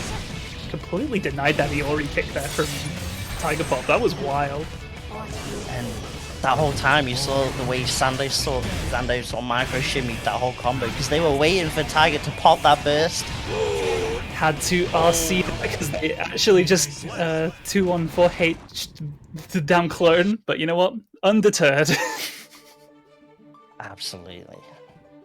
They did not care about the clones. Said, there's no chip here, I don't care about the clone jutsus. Zando going up 1-0, and we saw, obviously off that first round, Zando looking comfortable, but Tiger Pop starting to find their way a little bit. Starting to find their footing. Yeah, that second round was it's always nice when you have a second round that kind of demonstrates it's like, no, this is a two-way street. Like this is a fantastic player. Tiger Pop is obviously phenomenal. Again, it's the same as the previous set. You see players who are so dominant like Zando that you don't get to catch much of what the other player gets to do. Obviously, one of the nice things about Happy is once you get your turn, you've got it for a damn hot minute. They got well, now they got the RC as well. If they need it, they got the meter. They're keeping Zando stuck in the corner. Zando trying to move out, but Get ahead in. Yeah, concentrating for the plus frames. Gets the hit. Oh, That was sick! no fucking way! Oh my god! Zando blocked it. That's the craziest part. Man did a little jig! It was amazing! Tiger did his best chip impression and Zando was like, that's fine, I'm still blocking. I'm out here playing Tetris. That was some white people dancing, that's all I'm saying. Waltz on Zando right now, breaks the wall. Positive bonus and already has a ton of it. Opts for the BRC just to see what Zando does and react appropriately. Gold burst as well. Straight into the headache. Good with me there. Double headache, just you got the positive bonus, you're maybe going to get your third bar here. Absolutely, you're going to get your third bar. You know if you need to spend it, because these bullets are finding their mark, and that is going to be game 2 to Tiger Pop. Yeah, Tiger not whiffing the shots there showed that they've grinded out Call of Duty with those golden guns to close things out. One apiece right now. My guy Scaramando right here. Man with the 3 nipples. Maybe Christopher Lee's most important role in his whole career. Arguably. Who's Saruman? I've never heard of him. Sorry, who now? Oh yeah, I love Saruman.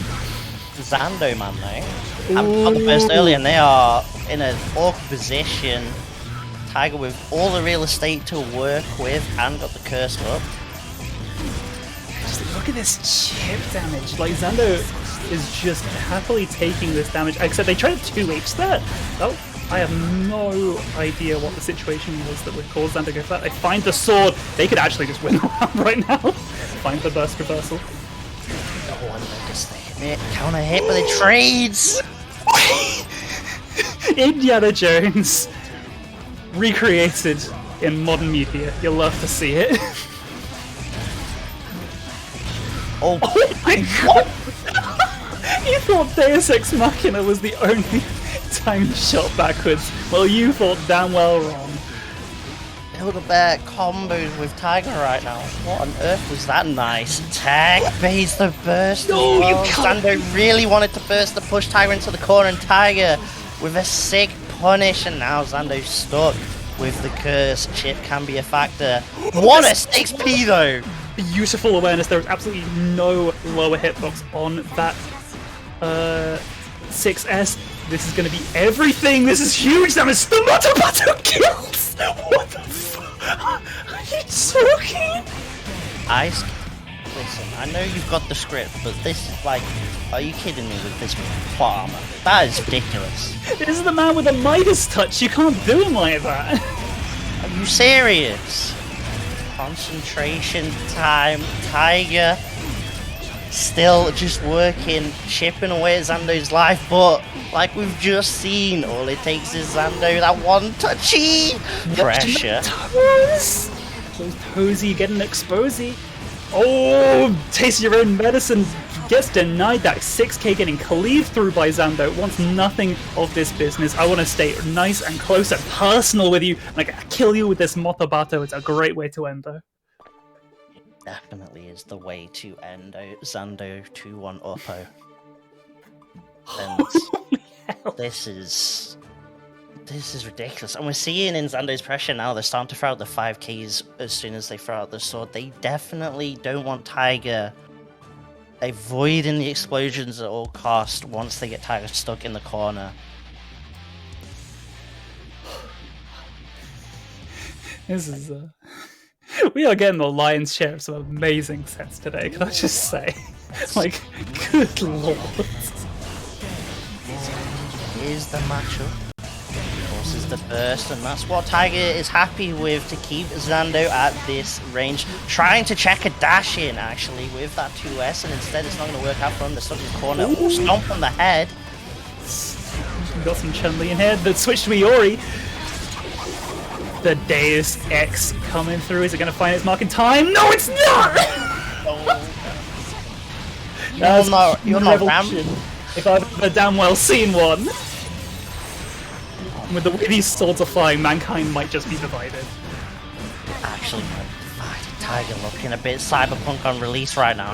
Oh, OTG off the throw.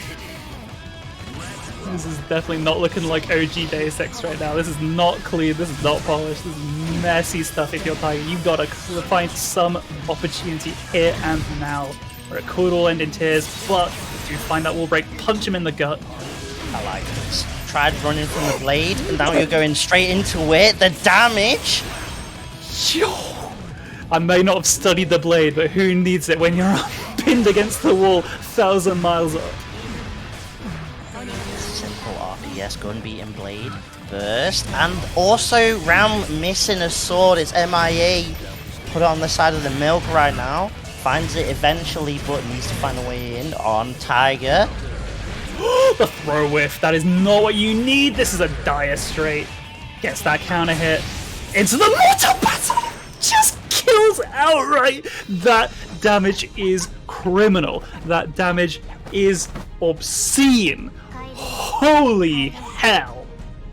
That was an absolute robbery of damage right there. Zando with this ski mask and they don't even ski. That was ridiculous. Taking that in the end. And it's such a shame because Tiger, you could see they had to work so hard. But once Zando gets in, it does not matter. Was that Zando or was that Jason Voorhees? Just... It's the 4th, ain't even the 13th. That's the worst part. Can't believe it. Couldn't even stay on brand. Can't believe it.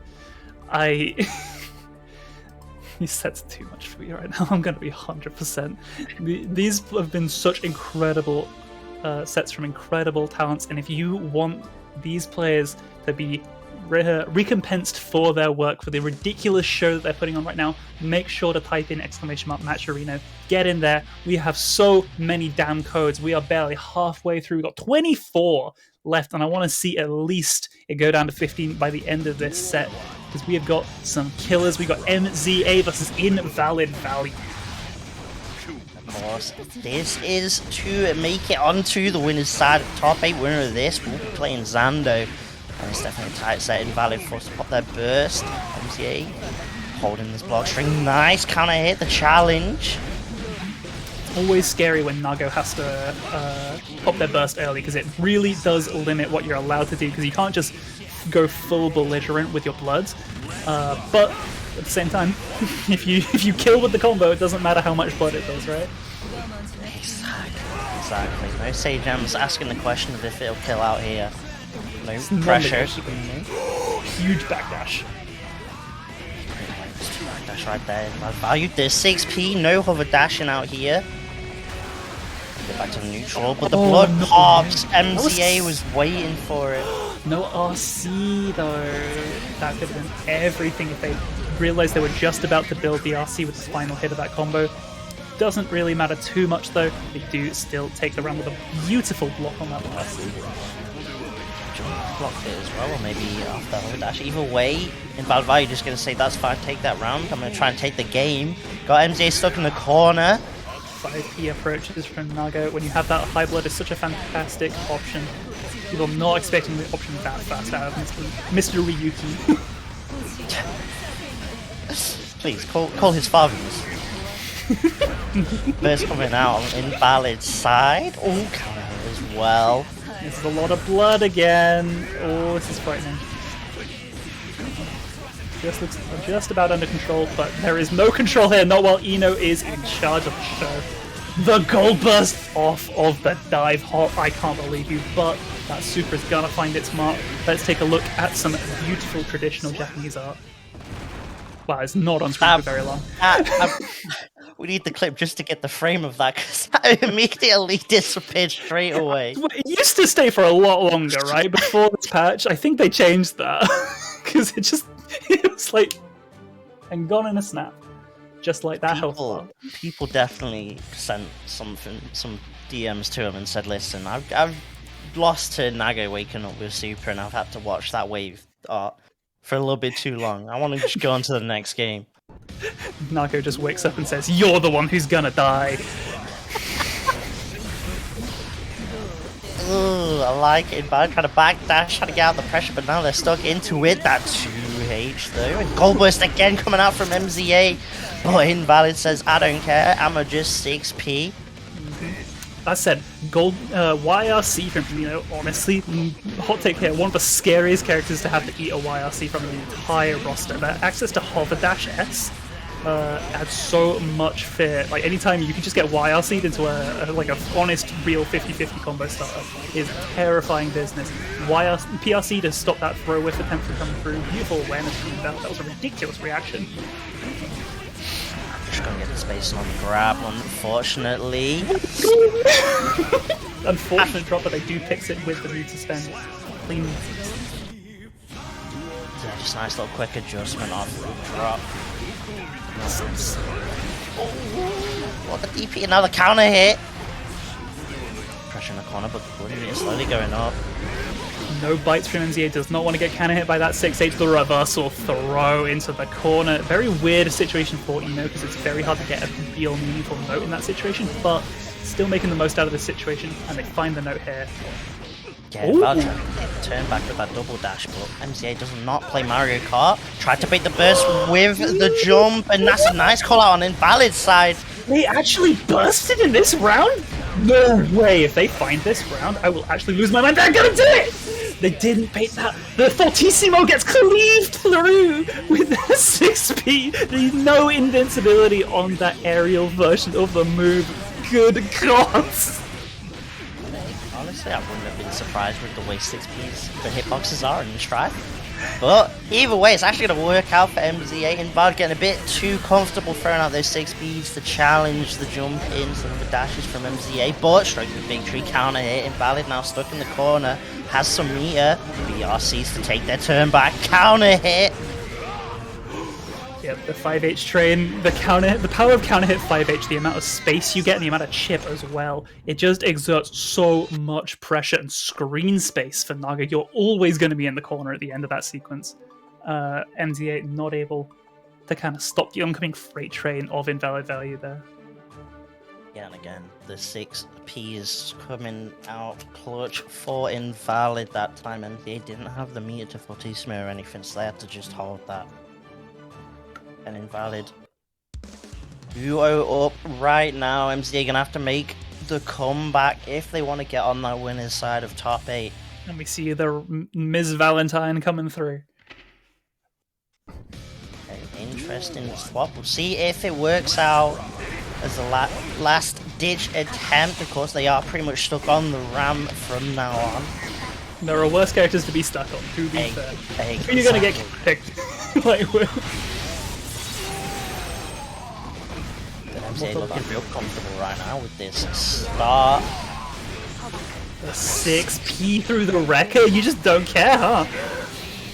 Clearly, the valid value right now is 6P. What? MZA stuck in the corner. The PRC bot still gets counter hit. Wow, what a 5k challenge.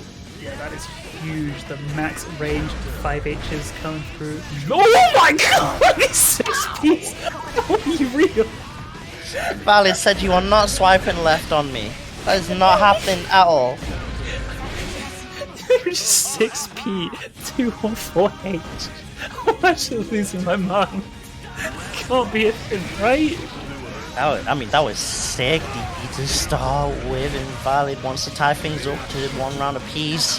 And it's looking like that damage. Wall break. Gonna keep the corner. The reversal throw gives MZA the chance they need. Ram in the corner. Can't underestimate. There goes the YRC. Gonna burst it. Doesn't want to take the mix.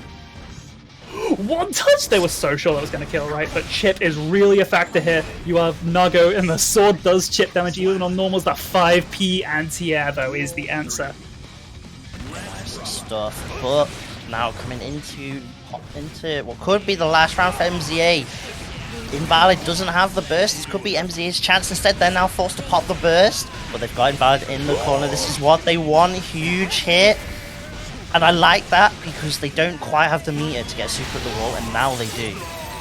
There's that Mortal Battle coming through. The hard knockdown situation. He's going to go for that meaty close slash. The 6Ps again from Invalid, doing so much work. Blood-sucking universe. The world's your oyster. Mortal Battle gets blocked, and that is going to be curtains. No way you did that. That was disrespect. That was a violation. The audacity. First of all, second of all, third of all, lastly, how they? Invalid said, "Yeah, have you checked out my new Gucci shoes?" Oh, you didn't? Let me show them again. Oh, you didn't the second time? Hang on, I'll show you the third time. Naga's shoes are so whack. Can I just say? Like, what are those? They're big socks. You can't tell me those are shoes. The Gucci socks now. Yeah. Oh. You could see in the way after that post-bite situation, MZA had the meter, and that stagger pressure coming out at the end from Invalid. Definitely trying to play around the reversal super, baited it as they wanted to. Closing it out. The ramp pick almost proven to be enough, but didn't quite have the legs for it. It definitely looked like a solid ram that was actually getting a lot of work done. So I definitely don't want to disparage the pick there. I think it was a perfectly valid choice, especially with how confident and how strong it looked. It was just a matter of Invalid value being super comfortable still with that matchup just as much as it versus Eno, and really clearly knowing kind of what they were looking for. If this is the match I think it is, this is going to be ludicrous. Can I just say? Going from one Nago to another. Uriel Legion. Oh, okay. And coming up against Trikiza. Ooh, you know I love me some Saltman badminton, just like that, coming on through. Every time I say his name, it'll get more twisted. I make no apologies. I like it. Chat, make sure you keep track of just how we strive further away from Soul Bad Guy's original name by the end of this set. So this is a really rough round start. I'm just going to put that out there for Sol. Sol just has to walk backwards or crouch block. The two options. Yeah, and you saw it immediately, right? Yeah.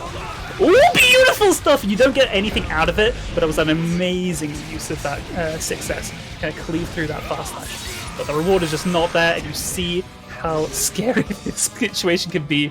Uriel is not going to let any hit slide. Use that full power of Nago to convert every hit into all of the damage possible.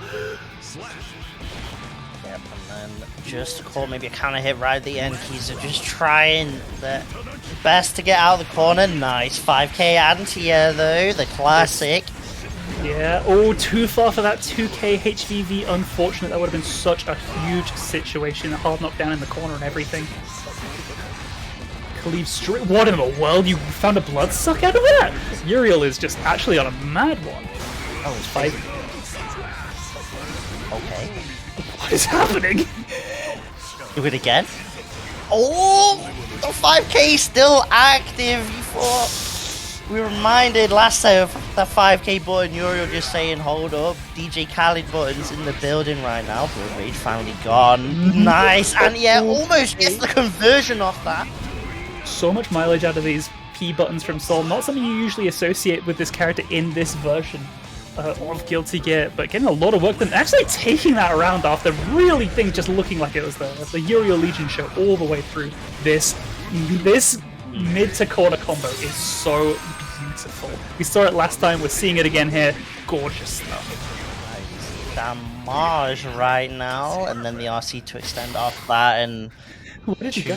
touched. Do you know Strikey's? What was the clock on that? That was 11 seconds. I think he was playing Sun Budfelly. That was, I think, Soul Gone Guy, right there. Sun Gone Girl. There it is. We got it. My words are twisted. That was a ridiculously fast round coming out of Uriel Legion, showing off their any percent records right there with that round. See how Kiza tries to answer back. Absolutely. You know, Sol. You know, this matchup is a little bit of a struggle, but it's definitely not outside of the possibility for Mr. Badman. It's fully possible. Gets that clean hit situation. The Fafnir Meaty doing a lot of work. Doesn't find a punish on that whiff fast slash. You'd like to see stuff like 6S's and 6H's if at all possible there. Goes for a double JP route there, which is interesting. You kind of sacrifice the potential for a throw mix for a more solid kind of frame trap situation. This is huge! That's going to be the kill. Easily, no doubt in the world. Exactly, no doubt in the world. You saw Uriel with that route. They tried to get the pop of the Blood Rage to hit Kiza, but unfortunately it whiffed, and Kiza with a great punish ready for a nice kind of challenge. Did you see that 5k kill punish on the blocked 6H, 6S? What in the world is this 5k? It's the Samurai's 5k. Oh, doesn't quite find the clean. Does this time, it gets that Kara. Gonna take the backdash Kara route. Beautiful stuff. How many times can you hit those HVVs? Incredible combo routing from Trikey's. That is not an easy combo by any means. I like that 2P into the RC and then baits the burst on top. Icing on the cake for Trikey's as they try things up one apiece. Trikey's ain't no geezer. Look at incredible here. That was beautiful stuff. That was just clean stuff to close things out from Trikey's. One apiece right now.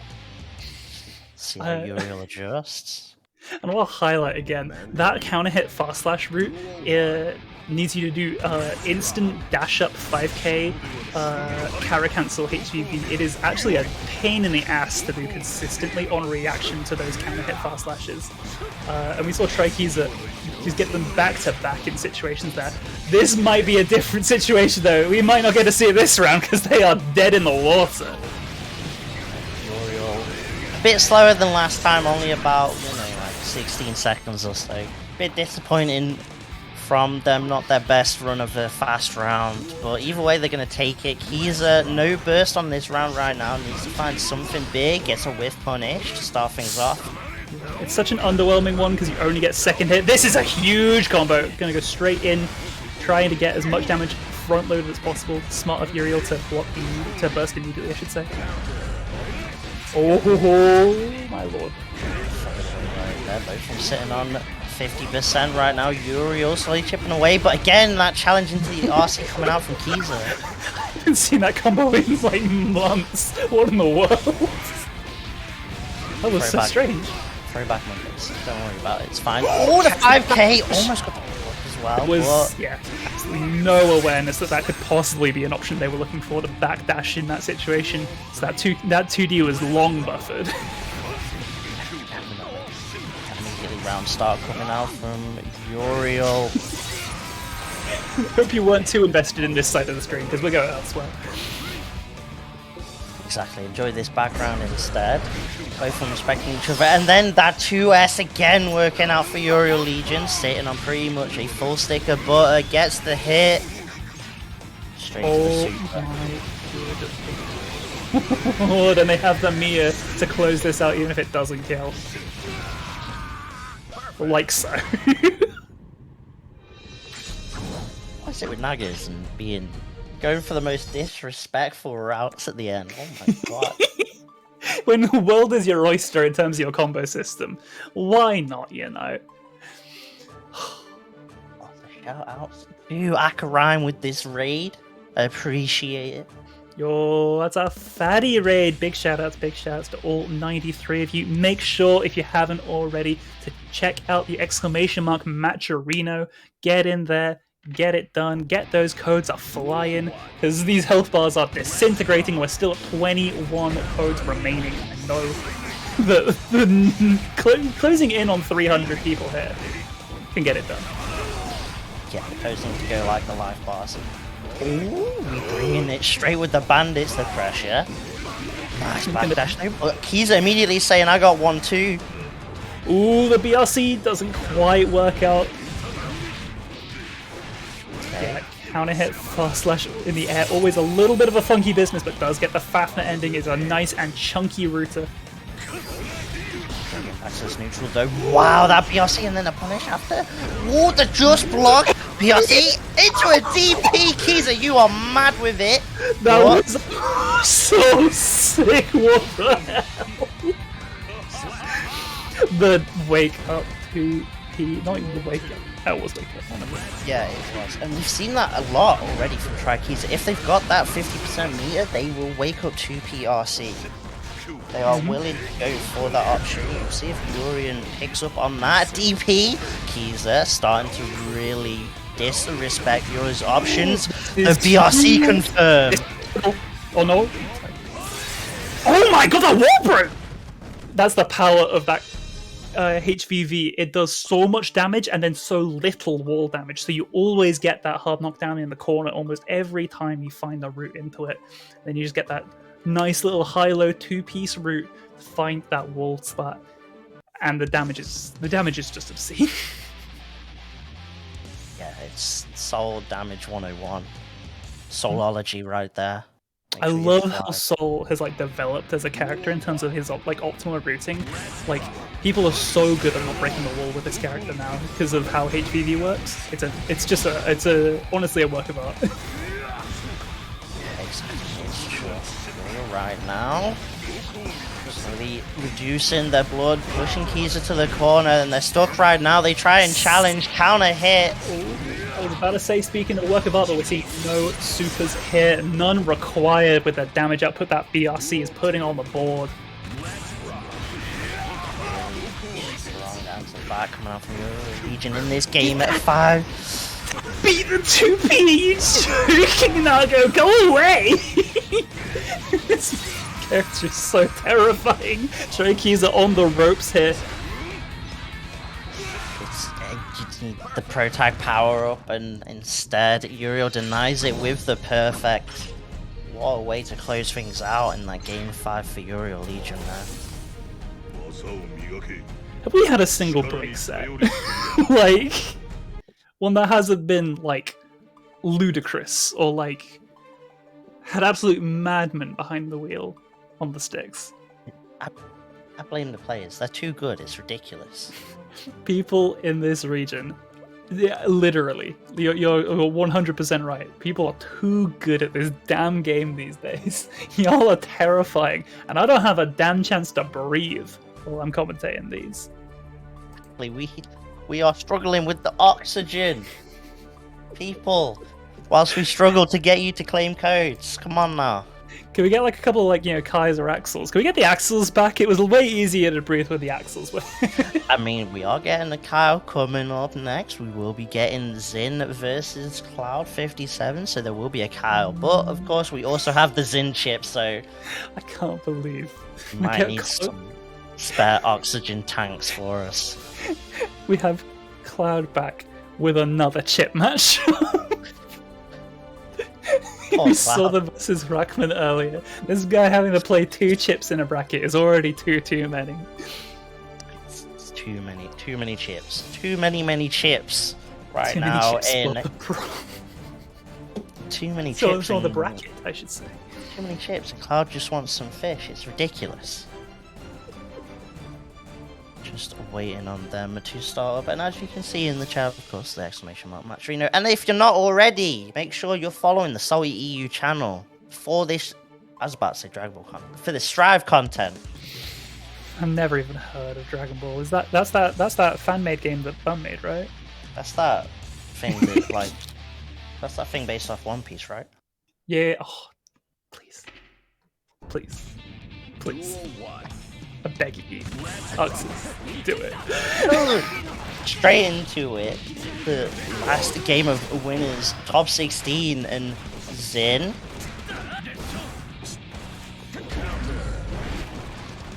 Ooh, 60 straight to the corner. Oh my good lord. These two are just refusing to allow either of them to play. Like, no, you got pressured? No, 6p.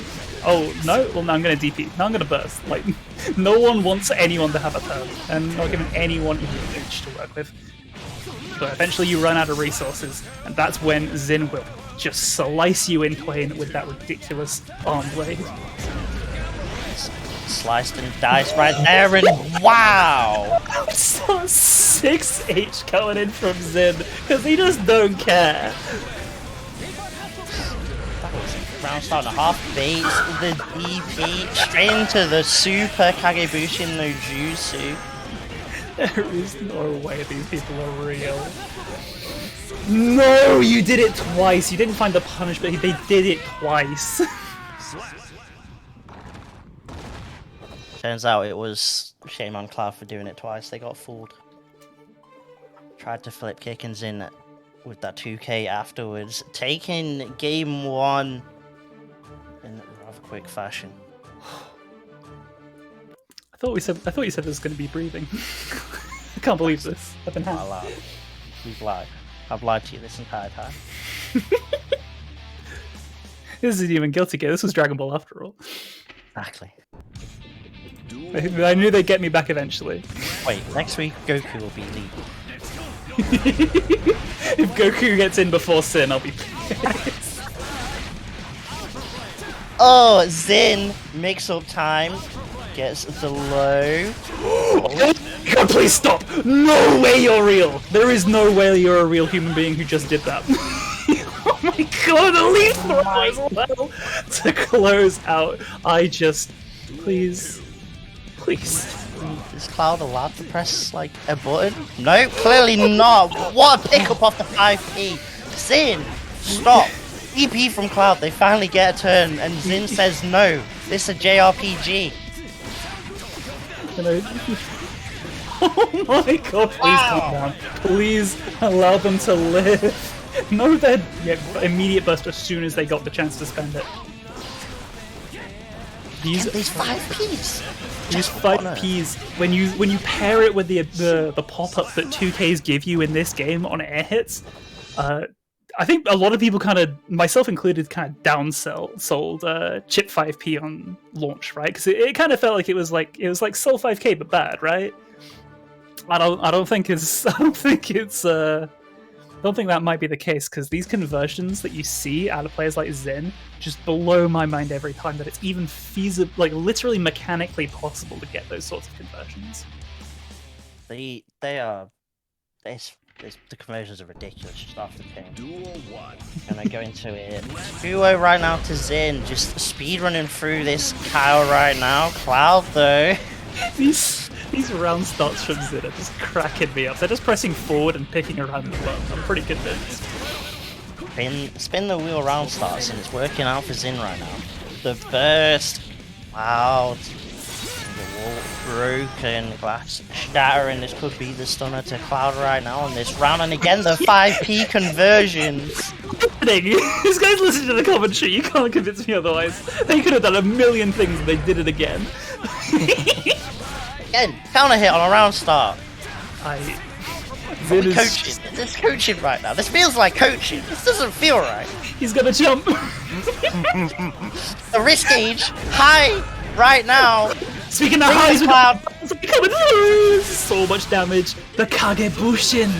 Base boosted supers. Let's go. We in there. Hard knockdown. Cloud probably has to guess for game right here.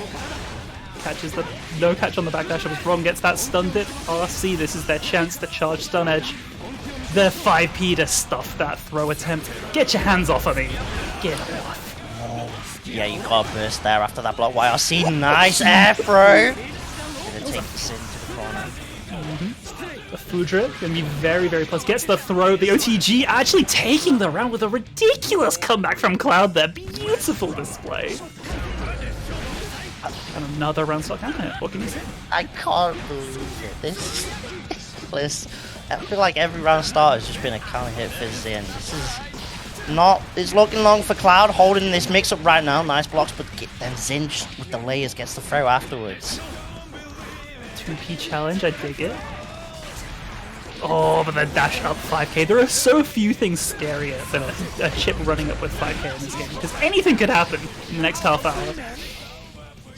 Use of the PRC and then closes it out with the mix-ups with the art attack pressure. Zin gonna take that 3-0 and looking damn crazy. Absolutely phenomenal stuff again from Zin. You know, Cloud definitely got to show their stuff in that final game, and that makes me really happy because we'd already seen before that they're a fantastic player. In the previous set we saw from them, and it was great to see that they're capable of doing just the same. If you give them like even a moment to breathe, they could do that. The same things they were doing to like Rahman versus as a player on like Zin's caliber. That's that's big ups. I don't care who you say. I don't care what anyone says. That's big ups. Exactly. And they are still in this bracket, of course. For the people in the chat, they can do exclamation mark bracket if they want to keep an eye and see if Cloud does make it into that loser side of top 8. Zin There is gonna make it. Oh, go carry on. No. I was going to say there is a more important exclamation mark they can do, but no, please. You got important information. No, I think you're right. I think the Maturino codes are the most important thing right now. We are still on 17 codes left to go. And listen, people, you don't want to upset Rexu, alright? You gotta be claiming these codes for Rexu's sake. He's in the wings. He's frothing at the mouth. He knows it's not long till he's on, and we're the good cops in this situation. You don't want it to escalate any further than this. So please get those codes done, because Rexu will not be quite so merciful as us. Exactly. What you gonna do when Rexu comes for you? The bad cop. You don't want to deal with that, as we will be getting the first set of winners side top 8 coming up. Zando versus Invalid Value, the Ram versus the Nago. Really is the classic these days in this version of the game. These two characters really do just kind of run the show sometimes a little bit. And these are two of the strongest representatives of both of their characters. Obviously Zando. Zando couldn't have more streaks, I don't think, if he tried in terms of weekly wins at this point. I think that he's got all of them, right? It just has all the wins. It's ridiculous. I could look on the challenge bracket, type a random number in for the SaltyEU Strive bracket, and we'll probably see Zando first. Statistically, a very good likelihood. The other hand, though, Invalid Value.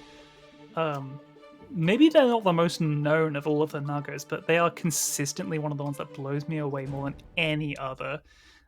Just how fantastic of a player they are, and I hope we get to see plenty more of a demonstration of that right here. Yeah, a player that definitely seems to just constantly get into the top 8s. Always falls just shy of the mark. Could this be the week to make Xando bleed? On a hit to start things off from Xando. It might not be the throw. Good patience from Invalid. That throw was so tempting. It was such a juicy opportunity, and Xando did not bite. Still stuck in this corner right now. They've got all the pressure. Ooh! Actually, yeah, didn't combo into it, and Xando RC'd off that. They thought it would combo, and unfortunately it didn't. The wrist, though, going up. Counter hit, you've got to punish there. Xando has only found like 2 hits this round. Make that 3. Most of that damage was all just chip damage. That is so obscene. It's just wreckers on wreckers. Oh, this ain't pretty much. You can't do that no more. Just on Xando's side, nice backdash, but Xando ready for those backdashes, ready to check them, and again, just wreckering straight into the corner. Invalid cannot find anything to really challenge off it, and they're stuck in this corner. The throw. That throw was so ridiculously well timed. That explosion was still on the screen. That was all visual noise behind that throw. But Invalid. Getting real cheeky, realizes how high their blood is here. Going back down to level 2, luckily here, but they might be on the verge of death. Right here, that is gonna be the RC. That's an easy Calvados to close things out. Yeah, exactly. Even, they pretty much had everything covered on that burst. Did not give Invalid a chance. Really. This is never an option. Peace was never an option, and burst was never an option. Exactly. Xando does not want peace. They just want problems. They want your burst. They want your burst baited. And your photos printed. Exactly. And your code's claimed. And your Maturino code's claimed. Absolutely. And his fridge filled. Fridge filled. Bogor's binted. Inferno's divided. I don't even know what I'm saying anymore. Your Volcanic's vipered. Morto. Your Motabato's endoed. Anything. Invalid, at least. Starting off this round quite solidly. Got Xando stuck in the corner. Xando, though, they find their way in, and the wreckers come out, and the counter hit as well. And that is a lot of damage, considering that's mid-screen ram. That is a ton of damage coming out there. Back to this neutral, though. Invalid now. The blood level rising. Killing intent. Thriving gets the hard knockdown punish. So much momentum to be gained there. Oh my lord, the trade with the 2H. No way you are going to win this round. No way. Oh, that is perfect for Invalid. The burst now gone on Xando's side. This is the time to go in. Counter hit 6p. We could go the entirety of this game without seeing that burst back from Xando if Invalid plays this correctly, and it's starting to look a little bit quispy. Yeah, exactly. It's definitely looking long for Xando. Again, the 6p's coming out. Invalid, they're starting to find some timings on this 6p, and that's a perfect answer back. Ties things up, 1 apiece. We'll see if Xando can prove they're the GOAT of Rams. Oh, Invalid. Starting to find their footing. They chopping down the competition. I don't want to say 6p the game because that's going to start a whole thing. But their 6ps are actually hitting their mark so fantastically. All the sets we've seen today. First coming out, pushes Xando to the corner, but again the counter hit's coming out from Xando. The cheeky throw at you son of a gun. Ooh, beautiful routing, getting that double wrecker going through. gets the jump in as well, and that should be the round just like that. 20 seconds off the clock, the heart off of invalid side. And we're seeing the 6Ps being thrown out. You gotta cut down some trees with that thing. I'm a little shocked right now. With no port on the side. Zando though. What a counter here coming out from invalid side to challenge after sword. I'm seeing some chops here, that's all I'm saying. These... Maybe it's not with a hand, but what is better than the hand than a giant floating blade around the thought. Getting some mad work in here. Any touch from both players could kill here and now. The honest truth of it. The question is, where can I burst really in this pressure? Zando backing off. Beautiful patience, too far to actually be able to convert into the sword explosion, but they don't block the burst! They tried to shimmy and just the slightest bit of delay on invalid side caught Zando out, but they still get that dash up throw. Taking that game 3-2-1.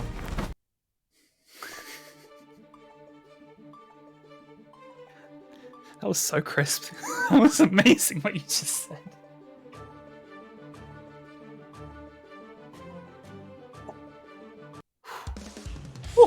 Listen. 3-2-1. Good game. 3-2-1. I can't keep up. If people don't realize, the silences in between these games are literally us trying to get as much breath as we can. Yeah, I got the. You got your oxygen mask, because I do. Yeah, just taking a big old swig of my oxygen. Oh my good lord, this pressure stun right out the gate. Invalid value has no intention of letting Zando play this time around. They know. They know, right? They just know. Exactly, the pressure, noticing the instant blocks and RCing off that. Zando stuck in the corner, tried to maybe get out, and Valid taking that first round of game 4. Oh my lord, the dreidel getting dodged. Okay. What second universe? What universe are we going to be living in right here? It's Nagas. Nagas is the only answer. The late close slash just to keep Zando in place. No jumping out allowed, not on my watch. And Zando found a nice moment because that risk gauge was looking absolutely red right there. Oh, that could have been huge, but this is a huge counter hit. It's still huge no matter what. That's gonna kill! Oh my god! We're in a game 5 situation. You called it at the start. This could be Invalid's opportunity to headhunt Zando right now. All that risk and Invalid made it rain with that damage. Tying it up, we are getting a game 5, Jasper. As a man once said, no risk, only reward. Great facts. Here we go. Game 5. Take a swig of your oxygen, because you're only going to be breathing until you see that final slash. Until the final slash comes out. Invalid, starting things off. Got Zando in the corner. This is looking phenomenal for Invalid so far. Nothing but hits. Finding a mark. No way! Really, really believed in that burst. I think that means Zando is going to try their damnedest to do this resourceless. Yeah, they want to save the burst for most likely on their last round. They're not going to risk it now. And at the very least, if the round is over, Invalid is going to go into the next round without burst. But it might not even come to that. Zando saying, hang on. No way, you 6P. You're a mean man. Invalid value, you're getting it done, Mark. Just like that, they are now on set point over Zando. Value of the 6Ps. And at the very least, if Zando gets their game going, Invalid won't have burst right now. Zando, they've saved their burst for if they need it, and instead they get a nice cross-up. Cleaving through, gets the fast slash, because now burst there to stop them getting the screen space and also the blood back. Right now the records are still keep it going. And the 6H to keep them in place! This is beautiful stuff from Invalid value! Fighting that counter, poking fast slash though. This is not over yet. Never count Zando out, especially when you whiff that 2H like that. This is a dangerous circumstance. Danger coming through for Zando. the game knew exactly what you were saying right there, and has Xando seen the future and realized it's actually not the Nagoverse, but the Ram multiverse? Pressure in the corner, counter hit! RC's off it, but the burst from Invalid! They want to take the round, they want this game 5 now! Just Defend doesn't find the turn, catches the backdash, and we're going into final game, final round. WWE, just like this could not be closer. It's just blocks coming out from Invalid side. They're trying to get something going with like counter hit 6p or something. Instead, we just trade the counter hits, no stock market. Pressure, putting them in the corner. Oh, the 5k! The high level blood getting that 6H to connect. This pressure is suffocating. Xando is in so much danger. RC to keep himself safe after that 5D doesn't find its mark. Thus, 5P's no conversion! The blood is too high, they can't risk it. One touch to do it. Burst Guts spent immediately by Xando. They just want a bit of room to breathe. They find the corner! YRC comes through. The walk up, no throw though. 5H. Chip could be a factor. Chip could be a factor. Xando doesn't have a ton of meter, and you can see them FD in. What the whip punish counter hit! And the trade! The late thought sword toss from Xando. Invalid value 5p is going to take it 3-2 over Xando. The script has been tossed out of the window. Xando has been sent to losers. Uriel gonna go on to the winners final. I am shaking. I am awestruck. What a ridiculous set between two goated players. There's no other word for it. Good gods! I cannot believe it. That is ridiculous. We need deep breaths after that one. I think An amazing game 5 set. You know what, Jonesy? I think we should just get out. I think for the sake of our own lives right now, we need to get out before our voices are gone and we have no oxygen in our lungs. Jasper, before we hop off, where can they find you? Well, of course, as below you can see, I'm Jasper Valkyrie. You can find me on Twitch at Jasper Valkyrie. Holy crap, the next set's starting. What? No, the scripts. Players, scripts. Muppets. This is ridiculous. I guess. Alright, we're getting out of here.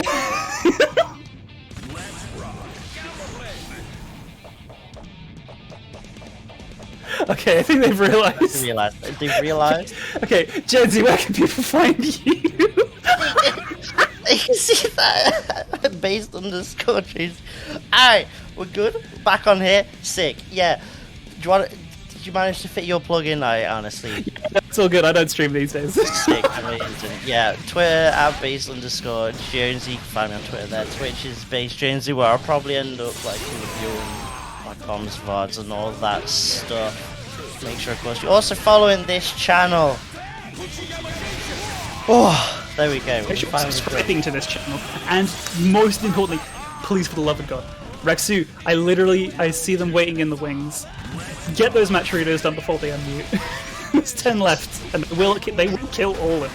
It is like it's a dangerous situation to find yourselves in. It is definitely dangerous, but we are handing it off to Rexu and Sailin, and a fantastic combo for the rest of this top 8. Yep. They're going to treat you nicely, so take care, everyone, and we'll see you very soon.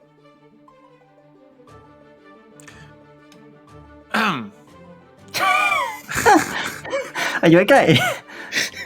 No, there are still 10 codes left in the match arena and I'm mad, but most of all, I'm really happy to be here and ready to start this continue this incredibly stacked top 8. And I'm joined by a slightly wonderful person as well, and unfortunately a Mei player. How are you doing, unfortunately? Like, there's nothing unfortunate about playing Mei. Mei is perfectly balanced, as all things should be. And also, you play Ram, so I mean, you know. That's oh my god, Jasper is in chat. What the hell, Jasper? I thought you liked me. Yes, Jonesy based, but yeah, I mean, we've just seen an amazing set. Invalid managing to defeat the tyrant of SaltyEU tournament, sending Xander to lose their side, and last Saturday also Xander was sent to lose their side. Guess what happened? He still won. You know, I'm kind of confused. I'm like looking over. I'm trying to find my new script. You know, because yeah, it's kind of different now. I was expecting it to go entirely different, but Invalid's like, yeah, no, sorry, gotta change this. But yeah. Totally. Today it's just, you know, it's Rexu and Rexu's #1 fan. So let's do this, right? I'm seeing a little bit of the bracket before we unleash our second winners finals, and unfortunately, Moib got knocked out, Nocturne got knocked out, Krayen, Necromancer, everyone knocked out. Since this is massively stacked, we have Xander against Bella in loser side, but coming up right now, it's Uriel against Xin. So to decide the opponent of Invalid Valley, who is sitting in winner final, starting off immediately with Xin, using that burst and now pressing on the accelerator pedal. This is going to be so high. Yeah, no, Xin is absolutely just going to press the gas, and he's just gonna press it hard, making sure that he gives Uriel absolutely no time to play, because that's what he wants right now. You know, if Uriel gets a hit, it might as well just be the end of him. Absolutely, Chip melts like ice in the lava. But speaking of lava, there's a YRC close contact is lava for Chip and gets the round as well. Very good stuff from Xin, who manages to keep the patience and gets the first round. Ooh, there's a DP. Exactly, beautifully getting the pressure on, get that throw in, time to put on more. Let's see what can we get, but the burst is blocked. No punish, unfortunately. RC coming out. We got some more to go, but after all, Uriel is just blocking steadfast here. Yeah, and no sign of movement right now. Uriel just sitting comfortable in the corner. That risk was cranked up really high, but Xin cashing in a little bit, and massive life lead. 1 bar of tension there. It is spent, making the overhead save. There's the cross-up overblade to the run-up against the wall. There's the no wall stick. Uriel Legion lives, but only for a second. There's the 5k catching the backdash, and Xin immediately storming on the scoreboard 1-0 in such a comfortable and convincing first game. Yeah, no, he just stepped on the gas and like, yep, nope, we're out of here, we're doing this. No time for you to play. We're just, you know, we're going high speed gameplay, no stop. As we're heading immediately into game number 2 at Macharino. So sitting on 10 codes, I'm really ashamed of it, but I'm not ashamed of these two players going in the counter hit. Actually favoring Xin, because that would have been probably a TOD from Uriel. Oh, look at the damage!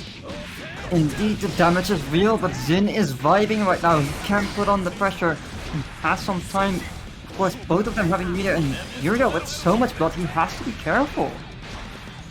Very careful indeed, but right now they're sitting in the corner. That blood is slowly going down, but even is the life bar as we speak. Ooh, life bar is even. There's the RC.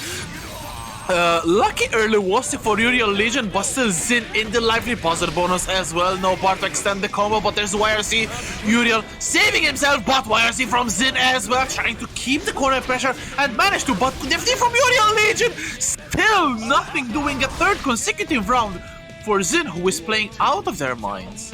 Yeah, Xin is just going for it. Beyblade block, but unfortunately not the follow-up, and immediately pressing his burst. Don't want to deal with that pressure, and of course, nice leaf throw. We're gonna give some nice mix here, trying to get something out of it, but of course, Uriel's still blocking very well. His risk is growing, but it does not matter. He's going in. Let's see what he can pull out. Pulling out a nice little combo, beautiful 5k to enter, but again there's a DP straight into Goldberg. 6H, 5D, good blocks from Xin, but they have to defend now. Good small usage of FD, but still Uriel has the offender's position. Good jump 2k, crossing up, and Xin putting Uriel back into the corner. Not for long though, beautiful Beyblade. Yeah, the worst part about it as well was that Xin was having so much risk that practically anything that touched him was gonna kill him. Unfortunately, he gets counter hit here, and that's gonna do so much damage. Just a burst saving Zin's butt, but still it's a lot of damage that Zin needs to inflict on Uriel Legion to make that life bar even. This is a start though. Ooh, misses the second Alpha Blade and Uriel gets out. Uriel gets out, but I have a feeling it might not be for long. His blood is incredibly high. He needs to find the kill, and he just does. That could have gone so differently if he did not get that here. Damn, so Uriel immediately leveling up the score at 1 game apiece. It's a little bit of a tricky matchup, this one, because as we said earlier, Chip just melts instantly, but it's really hard for Nago to catch Chip. So the speed will be the first priority for Zin to make sure that they are as slick and uncatchable as possible as we start this third game. And immediately bursts out for Zin, and this will be big damage. It is, unfortunately, Uriel will miss there, and now is in the corner himself. Super coming out, and that should be catching, and it does. This is not where you want to be as in right now. Sucking so much damage. Of course, you have no burst to save yourself either. You have the OSC, but is it gonna work out? Uriel has his burst, and he doesn't have too much Wiener either to actually do what he wants. His blood is not a trouble right now. And 5p, 6p, just there we go. Good stuff from Uriel Legion again, and this time they are in the lead. And this is starting off the massive counter hit on the Shizuruki. Look at that damage, no risk, meterless, 100% fair, and Uriel in a massive positive position with positive bonus as well. Zin trying to bait the burst, but that results in him himself using to spend it and dying in the process. What a round from Uriel Legion. Yeah, no, Zin tried to get out, tried to find his way out of that Beyblade, and the Beyblade still clipped him and proceeded to just force his burst, get killed right after. It's unfortunate, but those things do happen. It still can go anywhere. Like, if Zin manages to speed up just a little bit more again, we could just see a turnaround. Like, it could just happen. Indeed, and this is the opportunity for Uriel Legion to close the set out. Zin probably will not let him take it easily. And starting off, some whiffs from Uriel, not the best way to start off, because Zin will just snowball with pressure, and Uriel immediately in the corner bottom to be for 6p again, challenging with a 5k. Look at Chip's life, but it's already 50%. What do you mean 50%? We're looking like we're about to die here. Just a little to go, but Zin is fighting his way out, trying to make something work. Catches him there and has the advantage on the corner here, but Beyblade comes out, and there you go again. So difficult to contest with the Beyblade. Difficult indeed. Shoutouts to Chiari for the big raid. I am a Raman Joya, as you may probably know. But right now, it's set point for Uriel Legion as they are cornered by Zin. Backdash a little bit too risky, but there's a YRC from Zin trying to keep the beast in the corner. There's the clone catching better from Uriel Legion. Big counter hit, and this will be a wall stick probably. Yes, it is. Breaking the wall as well. Positive bonus. Zin has to make use of this. He has to, but it's not looking likely at the moment. Uriel is taking the game for himself. Blue SE out to try and catch him. Does not do so, unfortunately. However, Zin did manage to catch him with that play, with the fucking... Oh, like, he's still... Dude, I'm so confused with all the speed movements here, okay? I feel like I'm watching Beyblade at this point.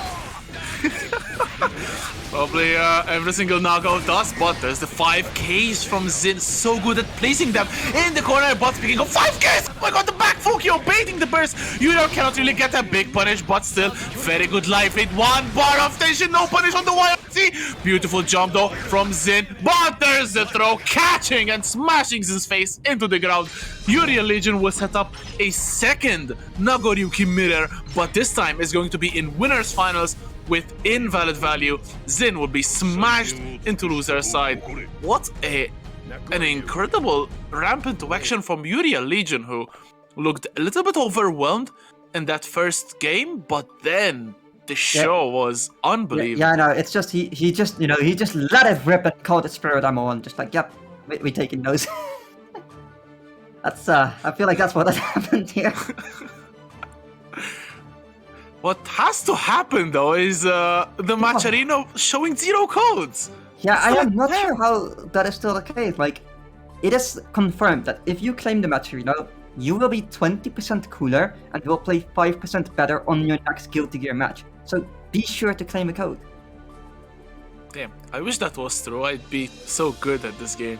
Now, you play Ram, so you never will be good. Sorry. What do you mean? No, I feel offended, honestly. There are a lot of very cool RAM players, I'll have you know. Yeah. One of them just raided us. One of them is also called Rektsu. Do you know him, perchance? I don't have the, what's the opposite of lucky? Misfortune, yes. I don't have the misfortune of knowing them, no. Unfortunately, Rektsu is a certified cool RAM gamer, but yeah. You know what's also cool though is the matches that are coming up soon. Because, of course, Invalid and Yo-Yo is gonna be great, but there's some other incredible matches down the line that we have to admit are going to be incredible. I mean, Zin and Parasus. We got Zando Bella. Like, I don't know, man. This is looking wild.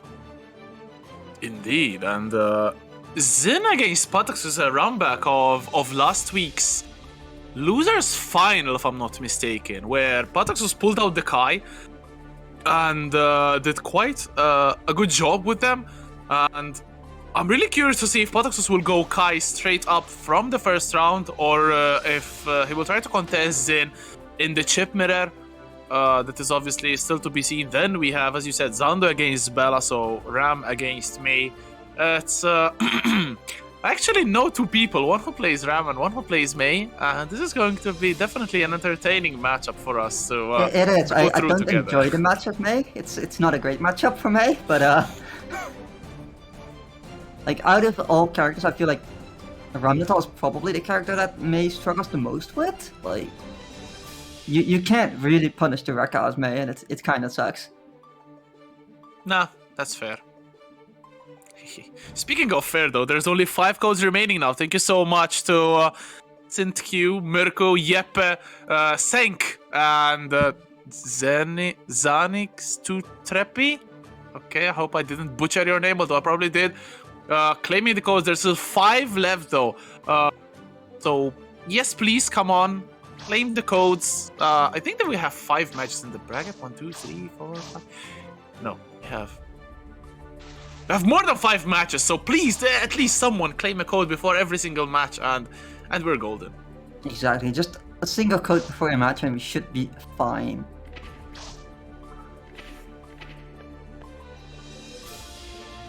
Wait, is this winner finals now? I see a Naga on the post station. It should be done, which would be very exciting. Would be very damaging, that's for sure. Yeah, I mean, damage is gonna be plenty in that case. Still, I kind of want the Valid to win this. I am a big Uriel fanboy, so I can't really cheer for Invalid Valley, although I still love them. Still a beast of a player. Both of these players are actually beasts. All of the players still remaining in the bracket are beasts. Every single person who has entered the bracket is a beast, and you people in chat, if you have done the Macharino, you're a beast as well. I mean, yeah, they'll be 20% cooler, as we know, so that is something, right? But guess what, though? What?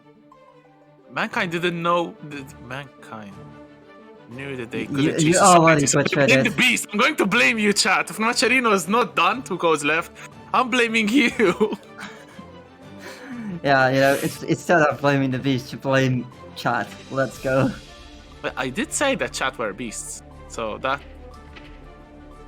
Yes, there was an attempt, yes, but I couldn't come up with it. I'm sad. Alright. Naga versus Naga, though.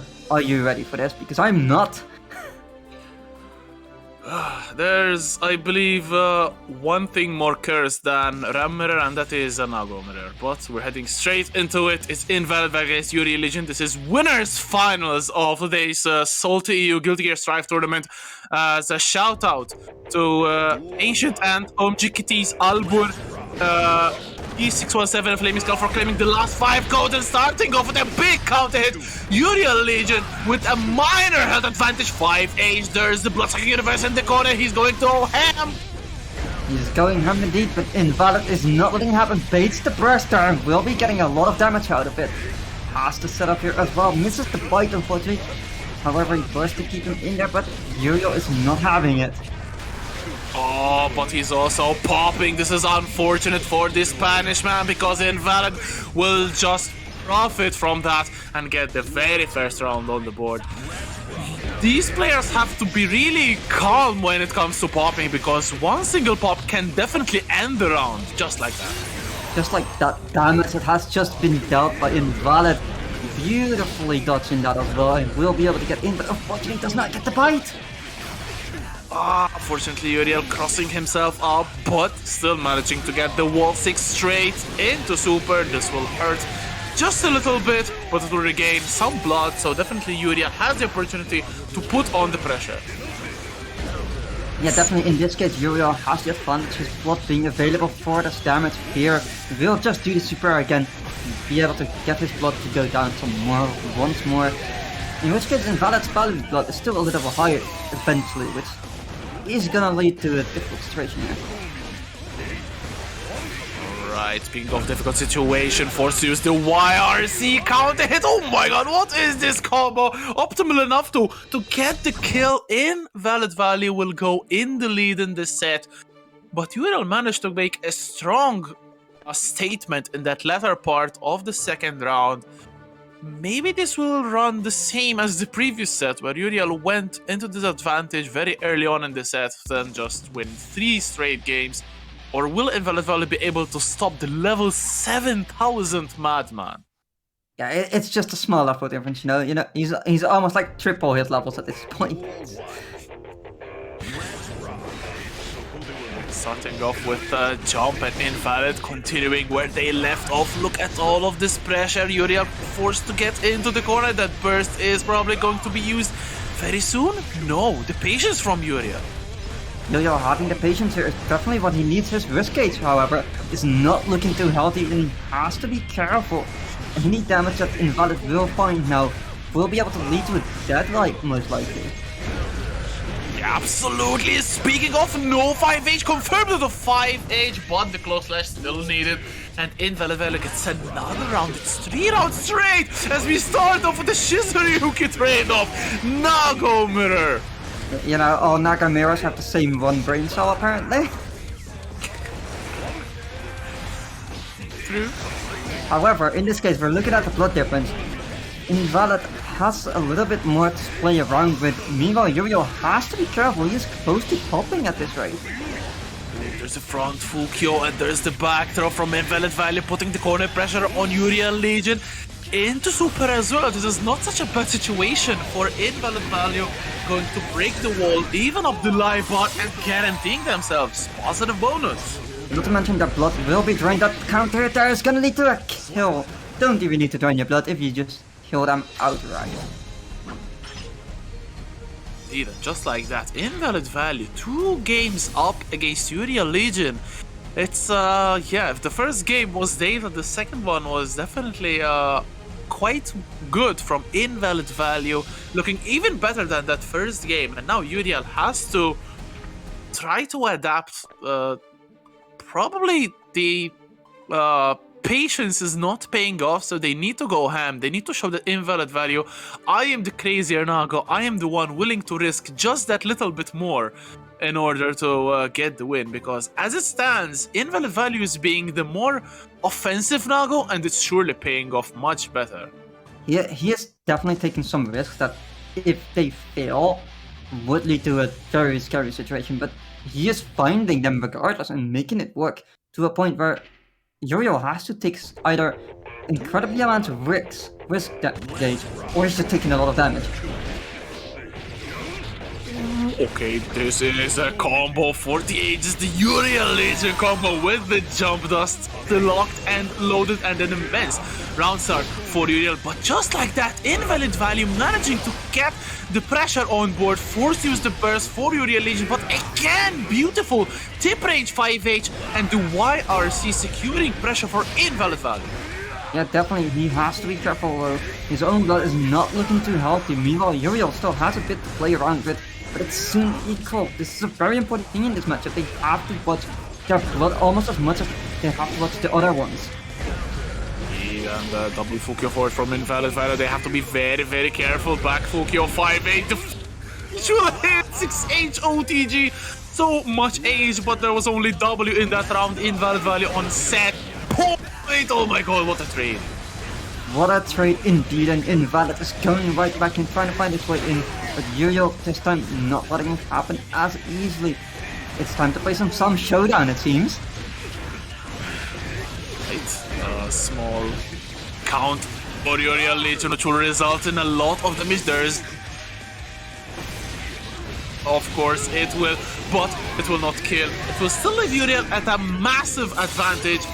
Invalid Value with a lot to do in this round. Definitely. And just like that, that Beyblade will find its mark.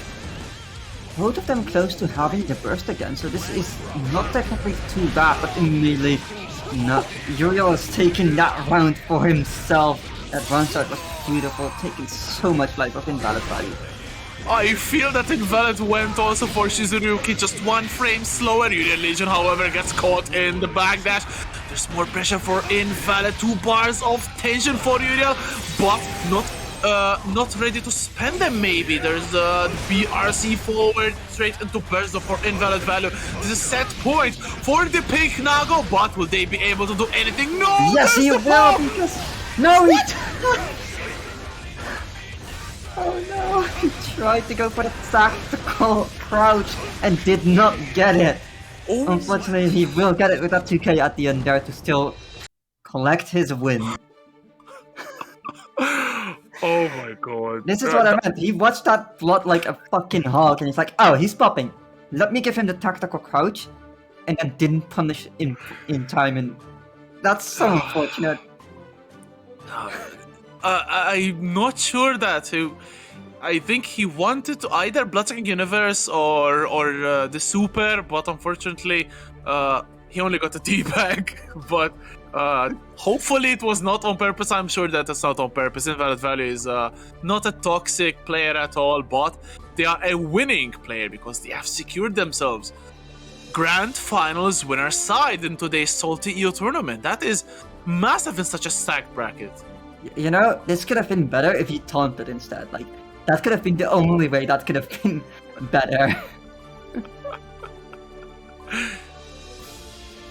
I mean, and then that got a gold burst from Uriel, which was even more scuffed, honestly. But it is what it is. Invalid will move on to Grand Finals. Uriel Legion will drop down to Losers Bracket, the shark-infested waters of Losers Bracket, where there's 4 players with the names of Zin, Pataxus, Zando, and Bella. So absolutely not a walk in the park.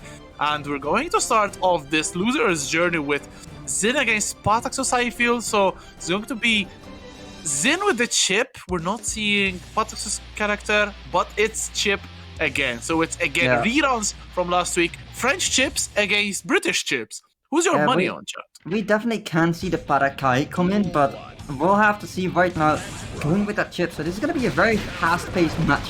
And just like that, they just, you know, pressing the same buttons. This is fine. We share the same brain cell. But Zin gets the air-to-air forces the burst immediately from Pataxus. But this is going to be very neutral heavy, looks like very mid-screen action. There's a DP though from Pataxus stealing a page out of Zin's favorite move. And again though, locked at mid-screen, this is going to be a quite a battle indeed. Definitely, it is a lot of moving around, trying to find some movement to get you in that spot where you can do some damage. That does miss, unfortunately, back to the blue IC. Pataxus is taking a bunch of damage here, but he does not die. DP comes out!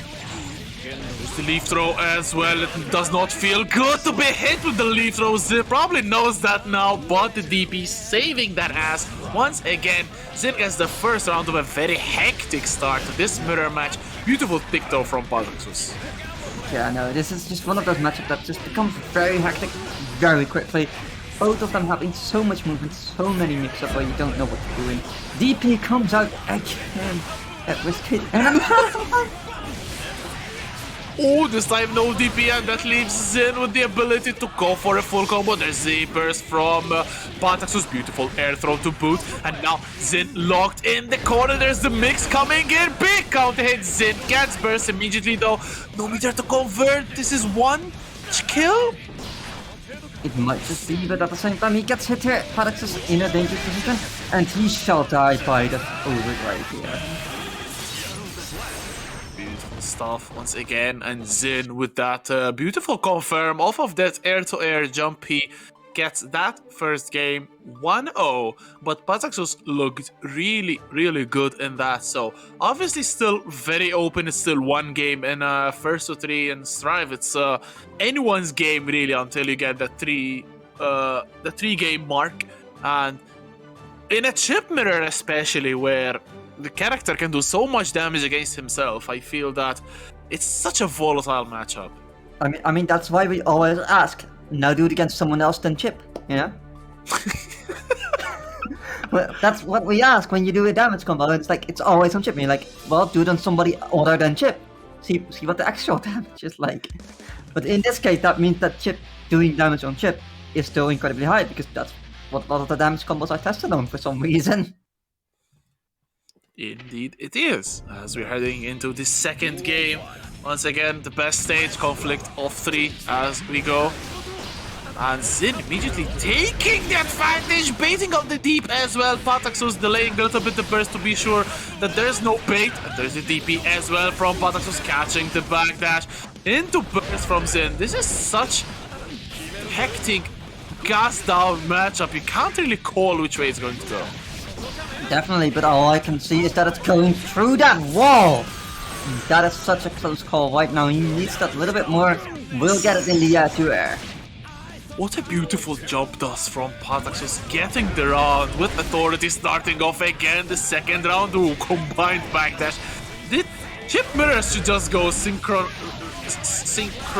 swimming? What do you call that Olympic discipline? Because they seem to have one bracelet guaranteed. Big counter hit again from Pataxus. No real follow-up, but he gets DP'd out of it, and now Zin has some time to put on the pressure. Will not find his mark right now, but he'll catch that backdash, and now he has some time to do damage.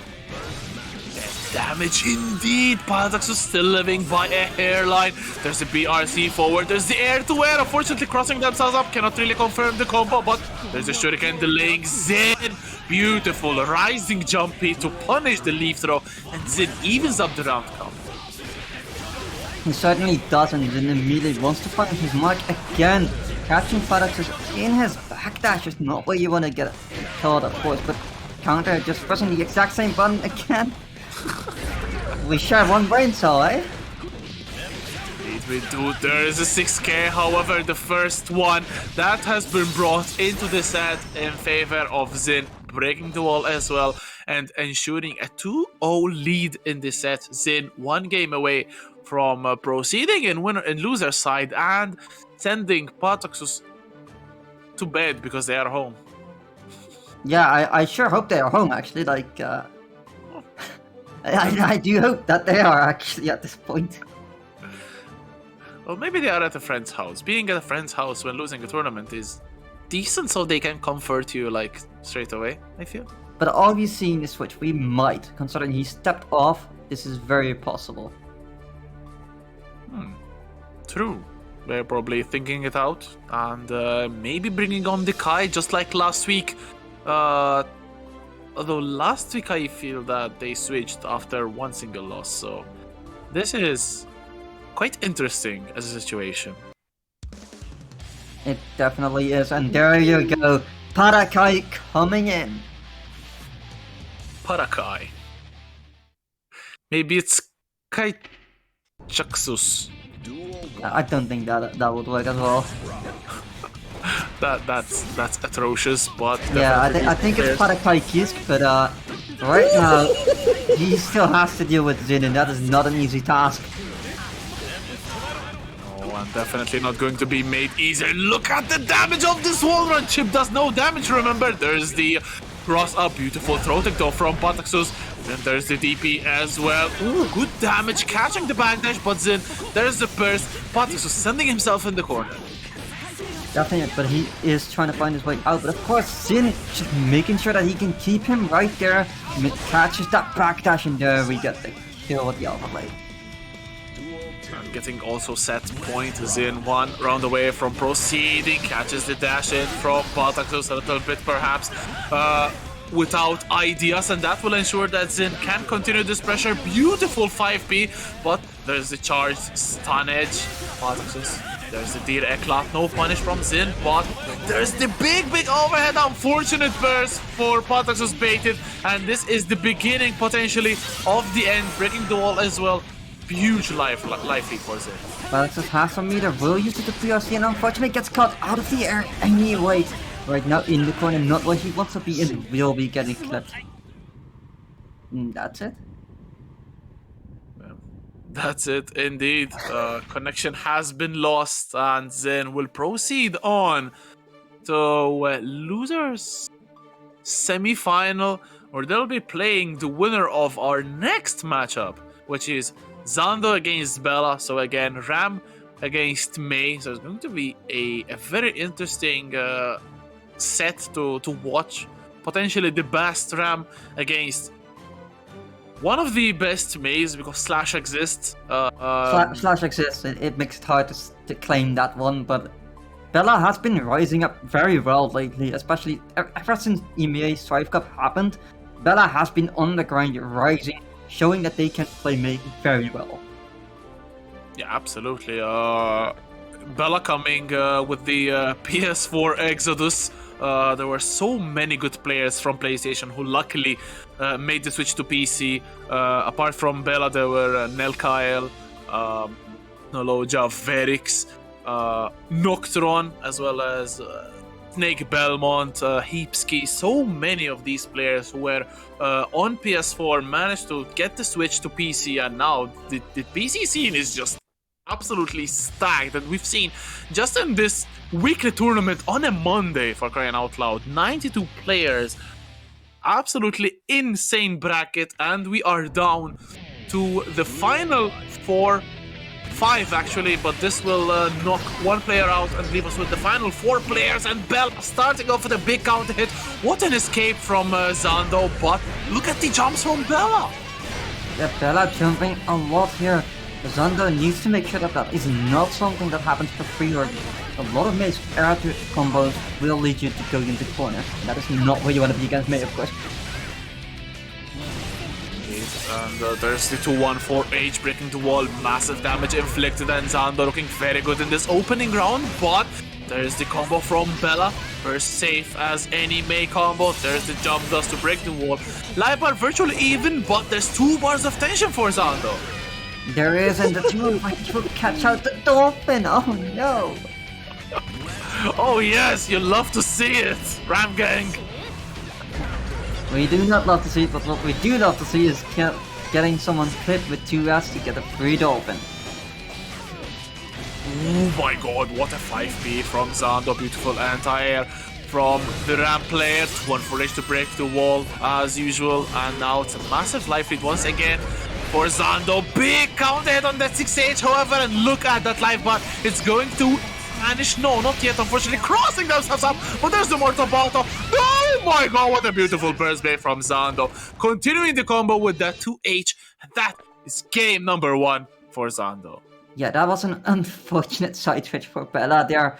Could have actually done so much more if it did not happen. Unfortunately, had to deal with it, and yeah, not what you want to happen in that case, especially knowing that Zando has that meter to just Mortal Battle and wake up is it's rough. Yep, absolutely. It's I mean, that is rule number 1 in Strive. You do not approach a Ram with 2 bars upon waking up. But Bella, unfortunately, needing a reminder of that. There's a throw into a command throw. Empty jump working out. Getting Zando flinching. But there's a beautiful counter hit on the jump dust, breaking the wall as well with Dolphin. This is a situation which is favoring Bella for once in this set. Absolutely, Bella has the meter as well to make something work here. Whatever hit they get, they will be able to convert into a lot of damage, but right now, they need to be careful with Thunder putting under pressure. 6k hits, and that's a kill. It's the overhead power coming to Bella's rescue, starting off the round with 2S. Very melee, going in with the Dolphins, big counter hit on that 2S, and now Zando has themselves cornered. But very good, the far slash, and they are out of the corner this time. Look at this pressure, 2-1-4 HRC and Bella to weather the storm now of ramp corner pressure. And that is such an unfortunate burst. We'll be getting caught here by all that damage, and it kills. Of course, we're watching Ram and May, both of them having so much damage. Absolutely, damage is the order of the day in this one, and who catches their opponent first will get an absolutely just like this one 2-1-4H. Look at that life bar, it's meterless, by the way. There's the unfortunate Dolphin going on their PRC from Zando. Good patience though from Bella. They still believe, but the situation is not in their favor, and there is probably death. No. Yes. It dropped, but Zando got it anyway. Damn, that was an absolute display from Zando. Massive damage being put just as we summoned it, by the way. Ram's damage is sometimes... it even makes me like hesitating that this is just not good. We'll have to see with the next season of Guilty Gear, because the new season is gonna come out. We're gonna get crossplay, of course, and also we might just see some very different changes in that regard. That is actually something which a lot of players are curious about. The balance changes which were promised with the Season 2. That's a beautiful throw though from Bella that had to be noticed. Good throw tech from Bella, the PRC from Zando, getting the 6p counter hit, but Bella still having the corner pressure. No punish on the whiff on that fast slash, and Zando gets out of the corner. He does, and he puts Bella trying to backdash. Bella needs to find something here. 6p it will work, but it will not save them entirely, and right now they're taking a lot of damage.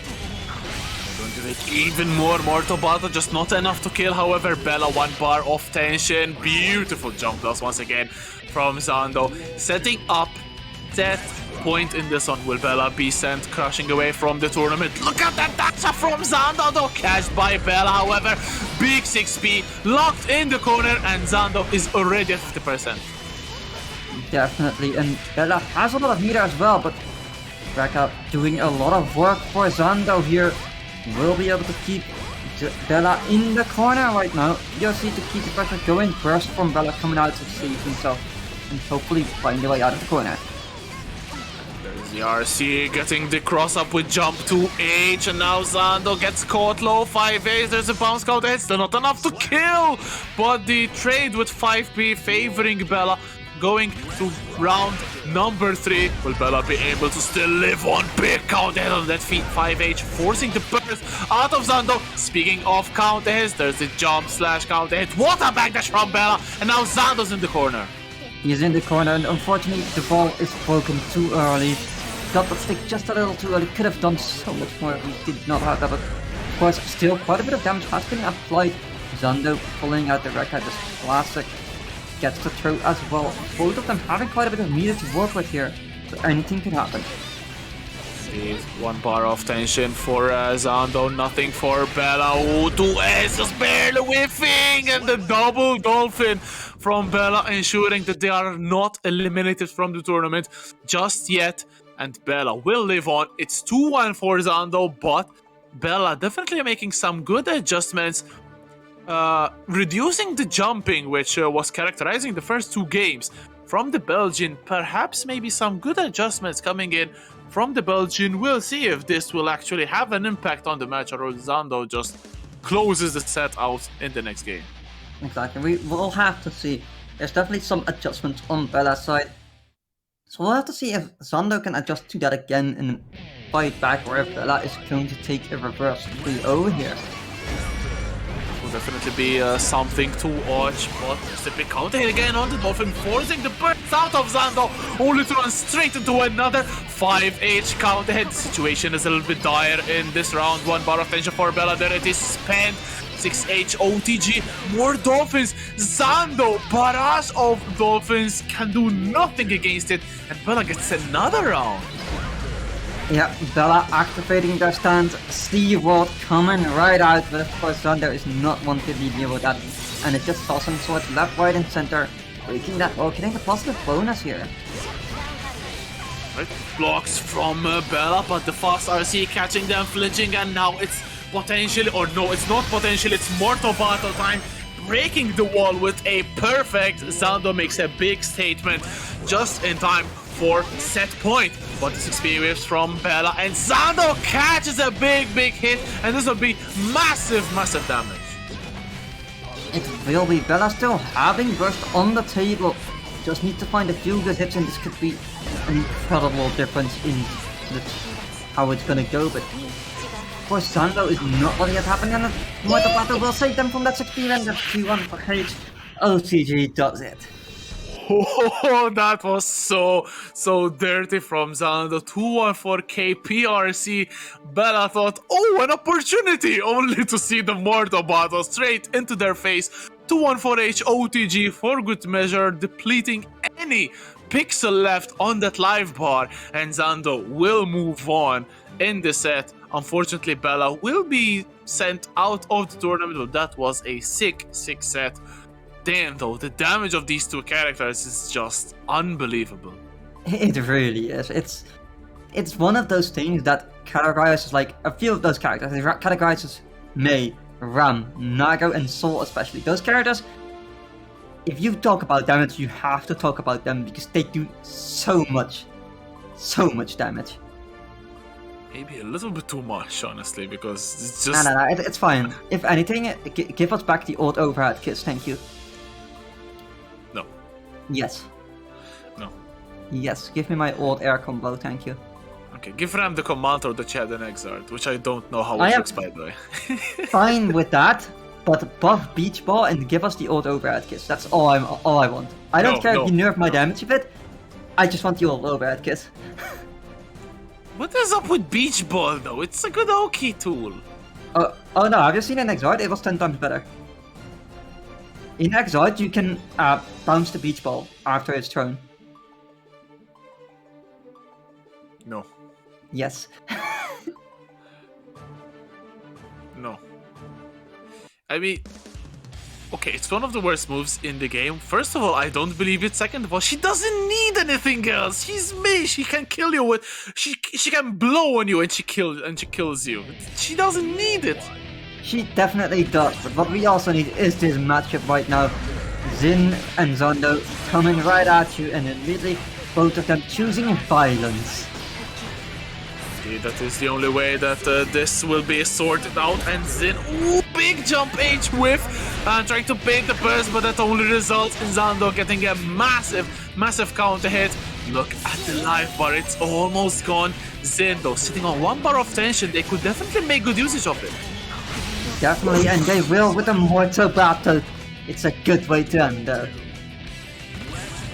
That round was definitely ended, but Xin gets a big counter hit with that far slash to the face. Oh my god, the DP whiffs, and Zando gets a big float with that 5k. Fortunately, cannot really extend the combo, but what a beautiful adjustment to the combo. With that 5k, is this dead? No, Xin will live on another couple of seconds. He definitely will. The scaling on that combo was unfortunately too high to really get anything out of it.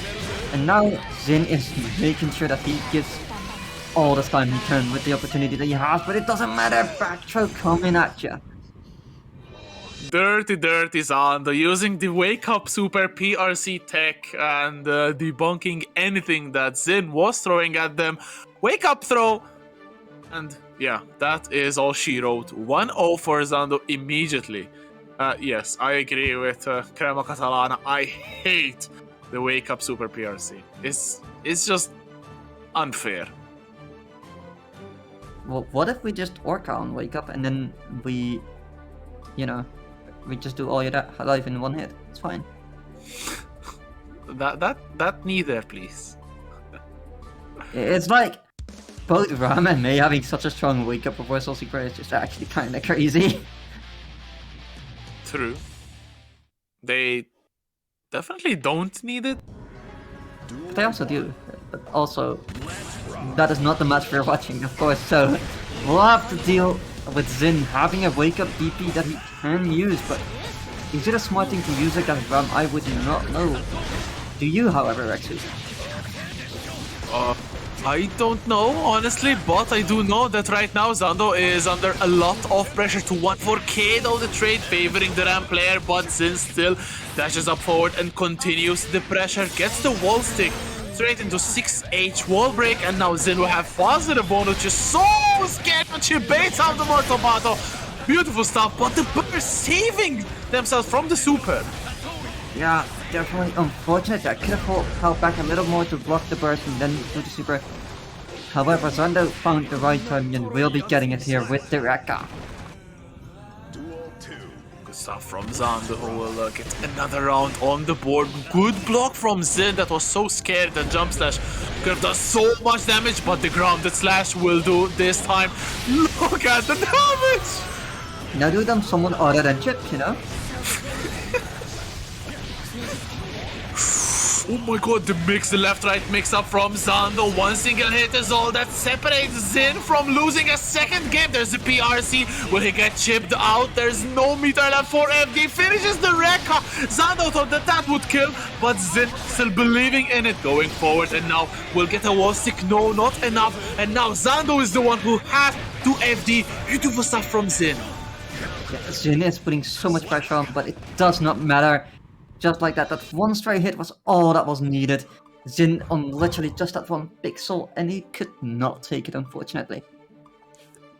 That far slash was so risky, however, from Zando. One single counter hit was also needed to complete the comeback, honestly. But Zando, we all know how good they are, judging the situation to perfection, and that far slash separating these two now 2-0, and we'll see if Zando will continue, will make the sweep as Xin makes the switch and gets the soul out here.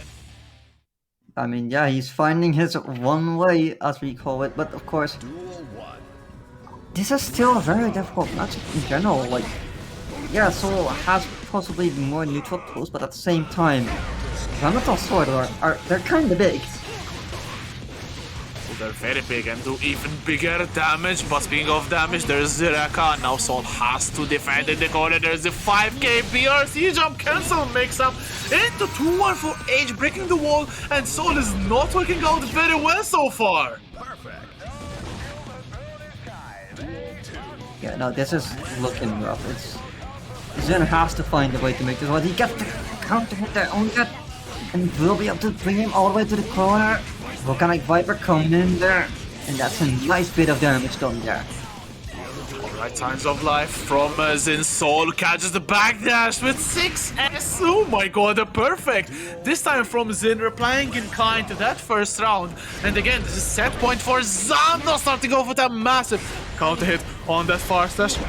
But now let's see how Xin adapts. Oh my god, the 2S. Yeah, and the back throw there as well. Another one from Xin in this case. Will we bring it in right back? He has Zando in the corner.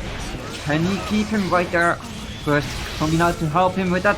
Blocks the Mortal Battle. Time for some damage. Is this actually about to kill 2 bars of tension for Xin? One of them will be Tyrant Rave, and that is a dead Zando.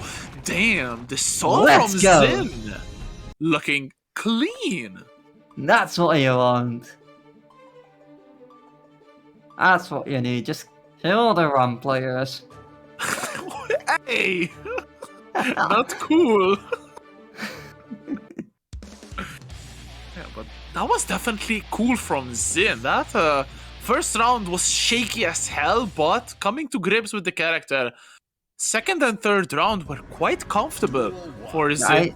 I definitely think it was like a moment. Oh yeah, right. I'm not playing Chip right now. I need to think about that for a moment. And now he is definitely starting to feel it again. That's a beautiful flash slash looking Zondo back to the corner. Zondo, however, finding his way out. It is definitely not an easy thing to stay far away from Soul all that long. Corner pressure, the 2K gets Zin opened up, Mortal Battle as well, breaking the wall, but small tanky Soul, small life left, but that's the defense. Ooh, the Nitrate Vortex gets stopped by the 2K, and once again, it's set point for Zondo. Yeah, and that 6H snuffed out as well there. Volcanic Viper trying to get something going. He is, however, knocked into the corner by the Sword and will take that explosion, which is going to give Zondo an opportunity to do the combo, but no. Burst is stopping that, and he's still needing to fight his way out of that corner. Oh, the Dauro just whiffs. Unfortunately, Zin did not get the punch, but this will be a punish, and this will be the end of the set. Zondo will move on to losers finals. Zin, good attempt with the Soul, but unfortunately a little bit too short. Maybe the character switch could have happened a little bit earlier, perhaps. This is, I feel, the issue with Zin, because absolutely their chip is fantastic, but Their chip is indeed fantastic, and it's hard to say whether that's all that they need, because of course the switch to Soul there was very, very good, but it just came in a bit late. They didn't have time to get to grips with it very well. They didn't have time to really show what they can do with Soul there, and it just fell apart, unfortunately.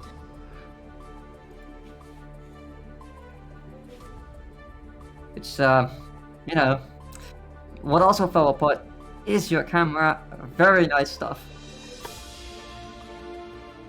Your camera was like, no, we've had the great matches. Stop. I can't do any more work today.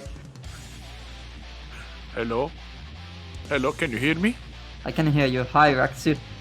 Are you ready for this match? Oh, you sure bet I am ready for this match. It's Zondo against Uriel Legion. It's two Arcrivo finalists going at it right now, and this is going to be a spectacle. Most definitely the winner of this one will get a crack at Invalid Valley, who is sitting in grand finals. A lot of trades starting off. Beautiful Fukio 5k 5D fully charged, and there's the wall stick for Uriel Legion. A little bit too late, however. Yeah, and it's immediately Zondo just like, no, we're putting the pressure on. He has to be smart about this though, because if he gets hit here just like that, that's gonna be a nice amount of damage, and it might even be a kill with that super. Okay, is this going to kill? Yes, it will. It even broke the wall. Are you kidding me? Right, there's the two hits of Shizuruka. Good patience from Zond, otherwise it would have been a dead Ram Little right now. There's the Rekka. Ooh, the side switch from Daura, not enough to prevent Zando from getting a full combo. Now Uriel is in the corner. The second Rekka gives the opportunity for Uriel to actually punish, but that was only a joke. It's not April Fool's, but it's definitely a prank from Zando, breaking the wall with Mortal Battle, and look at the damage. The life left depleted as well. Zando gets the round count even. Yeah, this is going one apiece right now. Zando having the burst advantage here. Uriel finally got his back, immediately needs to spend it there. Doesn't want to take any more damage. Needs to find his way in as well. 6 does not, unfortunately, give him a combo here. Zando is just making sure that he is keeping him out of being able to press what he wants. Beautiful jump piece. These kitty scratches keeping Uriel from jumping. This time the air throw from Zando gets a big jump dash count hit. Mortal Battle for good measure. Unnecessary, but necessary in its own way. And Zando gets game number 1 in this losers finals, which is, we saw the damage between Zando and Bella. This is probably going to be even more obscene. So would you say that this is a necessary discrepancy? Okay, my camera cut off. Can Tylen's mic cut off now, please? What do you mean? I said what I said, okay? No, you did not, but what I will say is that this is already looking violent. immediately the game is going hard, both of them wanting to do all the damage they can to make sure the other one goes down as fast as possible. Give them as little chance to actually play the game. Absolutely, this is these players wanting to go single player mode on their opponent. What a beautiful but dirty PRC blood-sucking universe, and Uriel going ham with the free specials, but beautiful back throw from Zando. 6H, there's a sword throw trying to fake maybe a shimmy on the throw. Good FD from Uriel Legion, but no tension on Uriel. Full tension on Zando, spent on that Mortal Battle, and again, Zando looking really scared. He definitely is. Jumps over that as well and immediately gets Uriel in the corner where he does not want to be right now. Swords are being tossed, but he needs to get the back as well on time, which he should be able to do. Doesn't even matter. Breaks the wall here.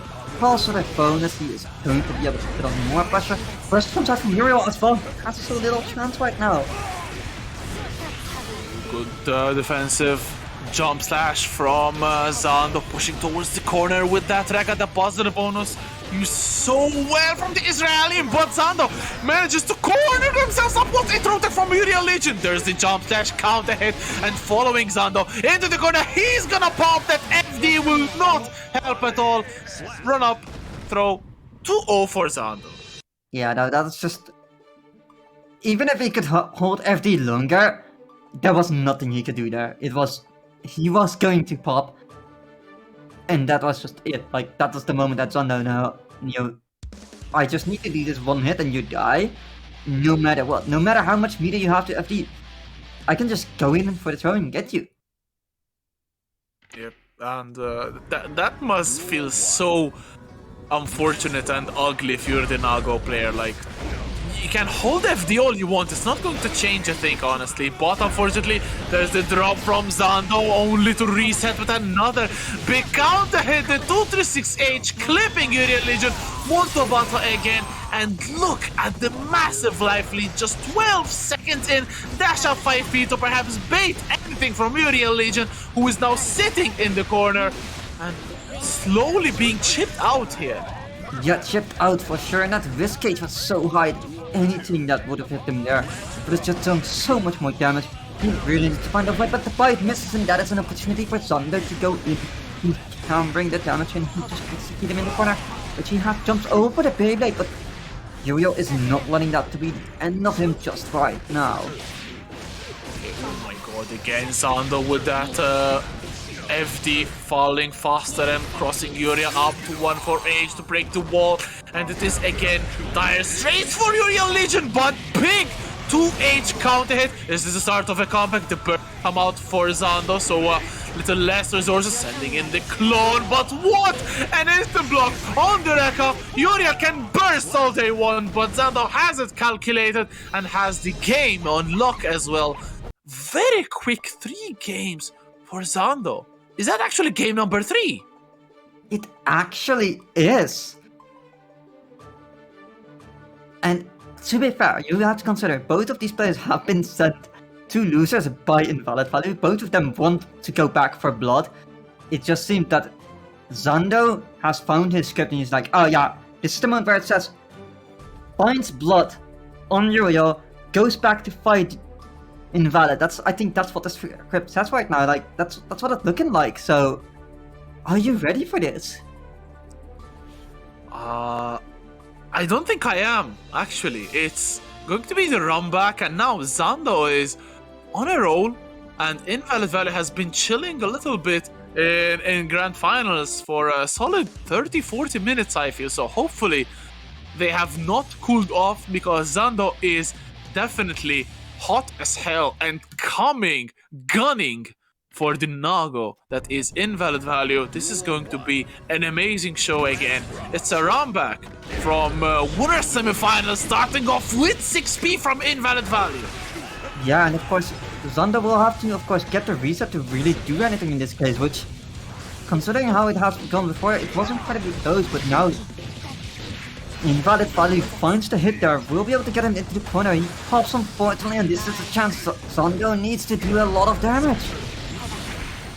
And a lot of damage has been done indeed. The pop absolutely not helping in valid value out. That burst was quite unfortunate as well. A little bit preventable, honestly, but that is tournament nerves. Invalid value in this grand finals against Zando. Definitely not an opponent you'd want so late in the tournament, but Invalid Value will definitely go for it. There's the clone, 6H to break the wall, and this is what Invalid Value can put up.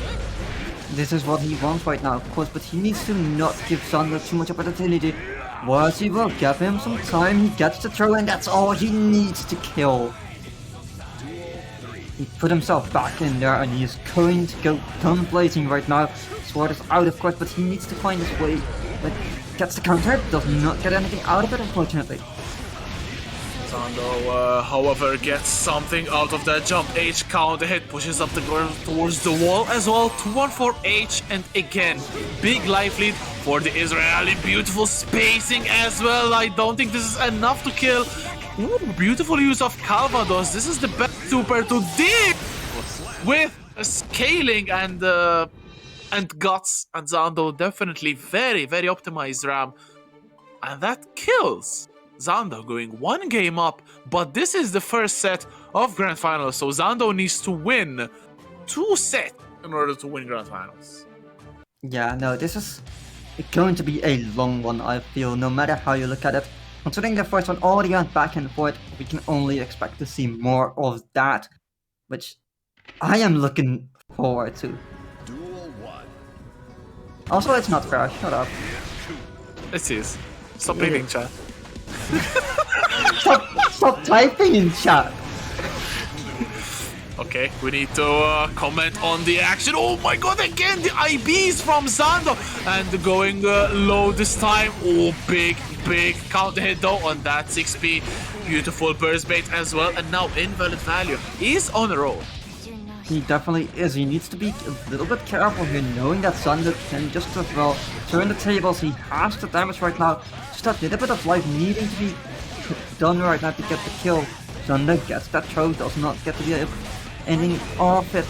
No need to do so right now, but he is getting it soon enough. Jump out from Zando to avoid anything after the YRC. Oh, unfortunately did not get the close session. That results in a dropped combo. The block on the Beyblade. There's the jump K. But beautiful challenge from Invalid Value, getting the counter hit confirmed into 6H. And that is a round for Invalid Value. Yeah, try to Fukyo in and Zando catched it. Just immediately putting the pressure on. 6B does not save him from that sword behind his back, unfortunately. That is something I really dislike, even though I play Ram, that even if she gets hit, the sword will still clip your opponent, and that is basically game over, because look at this round, swinging heavily in favor of the Ram player. Nice attempts at 5p, perhaps trying to bait something. Invalid Value though, challenging with the Beyblade 6p. Ooh, the patience from Zando, punishing the whiff with Far Slash. Yeah, the beautiful realization that Zando had there, noticing, oh, he's going for 6p, I need to now make my move instead of being too soon. Right now, of course, he hasn't got it in the corner, but it just as well changed, considering that if one back throw happens in this case, or he gets out, he can do so much damage with Zando having his back to corner then, but it doesn't matter right now.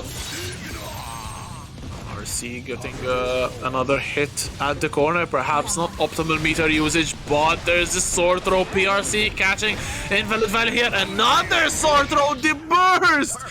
Sky high, and Zando manages to land the killing blow again. It's 2-0. The 3-set is looking closer and closer. Invalid Value is risking to put all the good work that they have done in winners bracket and ensuring a winner side grand finals to waste, because one game and they could be heading to the reset. Absolutely, but that reset is still not an easy thing to get. Of course, Invalid Value could just find his way back. He has a life left here to make that work. He is, of course, up against Zando, so this is not an easy matchup at all. Both players incredible, showing their skill. Unfortunately, he Fukyo's in and immediately gets punished for it, and now Zando has him in the corner. And comments Ram corner pressure, sword throw, that is just So unfortunately, you have to deal with it, and Nago does not have the best to escape the corner. There's the Rekka, the third hit will counter. Ooh, Zando though believing a little bit too much in that burst, but still, again, managed to close out the round. Reset point for Zando. It indeed is, but this is where it's looking like Invalid is finding his moment again. Not wanting to let that happen. Of course, he wants to avoid that at all costs, but you'll have a very big mountain to climb for that. Footsie is closed in by that close slash counter hit. Invalid Valley holding on to burst, and Zando will get a comfortable 50% off of their life bar, but big 2H counter hit, fast RC full combo. No meter to super, which will mean that Zando will live 2 bars of tension. Will we see a Mortal Bottom? We might, but at the same time, Oh, no. we will just expect that burst, block it, and we'll get the punish. Is it enough to kill? That is the question. It is not! And now Invalid has 2 bars of meter. He can make something work here if he gets anything, but he has to be careful. Good thing that his sword is so big and it will clip Zando. Damn, that far slash really reaching really far and getting the final blow, living another day in this winner's side, but there's a counter hit from Zando, there's the sword in the corner, the instant block will serve nothing for Invalid Value, and Zando smash, ooh, what did I say, beautiful backdrop, buttering straight into a counter hit Mortal Battle, ass will clip, and I think that is the beginning of the end. No, beautiful backthrow, Invalid Value still alive. Yeah, but Zando getting that gold burst, he has so much meter to spend. That 2H really doing some work here. He needs to find a hit, or he is in such a dangerous position right now. Any hit on the Invalid will kill him, and just like that, even if he gets a trade, it did not matter. He will be going down, and that is going to be the reset. Reset! Oh my god, my voice crack. But yeah, that was so good from Zando, shimmying forward and backwards, and then going with the sword throw. PRC making themselves safe while destroying any option that Invalid Value was going to go for. Unfortunately, was going to press 5H right there. That is the reset going into losers bracket. And again, the script just keeps on going. We said it as well in the beginning. Zando went to loser side in Salt Mine, but still managed to get the tournament. Let's see if Invalid Value can put a stop to this domination. That is something I am hoping to see, but right now, Invalid is not looking too healthy. Look at the damage that has been done to him. Swords are being tossed left, right, and center. He is not dead, but he has tension, but so does Zando right now. Tension is rising and rising. 1 bar for both of these players. The PRC returned from Zando. 5H as well. And the reset grand final starts off, you guessed it, with another round for Zando. Indeed, and right now, Invalid really needs to find something that works. He's getting clipped by the swords, which is absolutely unfortunate. It's keeping him in the corner where he does not want to be. It's knocking him away. It is just not a good time for him. And Zando is making the most out of that. Blocks the burst as well. It's going to lead to a nice bit of damage. Is this going to kill? Oh my god! Actually, yes! Because the third Rekka hit, getting the wall sticks. So convenient for Zando, able to break the wall with the 2-1-4H. That was just optimization at its finest. Zando getting another game on the board. Is that 4 straight? I believe it is, this is just looking so difficult for Invalid Value. Absolutely needs to find his ground right now, or it's just not looking good. Of course, Zando is not wanting to let him play. He's out here trying to play Tetris. If you wanted to play Tetris, you definitely made the wrong choice in spending money on Guilty Gear Strive, because definitely blocking will not help you in this game. 6 speed though will help you a lot, and Invalid Value knows it. There's a 6H OTG continuing towards the corner. Zando actually blocking, and that's what blocking gets you. It gets you dead. It gets you some pressure counter hit there. Burst not coming out on Zando's side, but he is taking so much damage. Of course, the swords will give him some time here. Gets DRC into Rekka. It's not likely to get anything to kill, but DRC and catches the backdash. Invalid, putting himself on the board somewhat, but of course he needs that one more to really do that. And Zando has burst available to him and immediately chooses to spend it here. I mean, that was a counter hit Beyblade, so either burst or say goodbye to 70% of your life bars. Zando made the correct decision then. Oh, but beautiful 6p from Invalid Value. There's the full slash string. Oh no, Invalid. That blood is looking really, really high for Fukyo as well. Living life on the edge. Zando, though, crossing themselves up and putting Invalid in the corner. But this could be very good for Invalid Value to K to D from Zando. He has to be careful though, he cannot Fukyo at the moment. He soon enough can, but his blood is at such a point where he absolutely has to be smart about it or he's going to pop, which is a good moment for Thunder right now with that Rekka doing so much damage. Calvados, this should likely kill. And it does. Absolutely Invalid Value can call themselves a little bit unfortunate because that round was definitely theirs, but Zando clutching it as they do and getting another round on the board. Oh, good to S, catching the forward dash from Zando, but again, there's the Rekka. Zando's just so good at confirming anything into the Rekka. There's the burst coming in from Invalid Value, but again, running into pressure from Zando. Ooh, drops the combo though. Indeed, and tries to toss the wrong sword there, which is given Invalid a nice opportunity there. However, it wasn't long enough to burst, saving Zando. It chose to using that, and now he's just going to be getting that kill.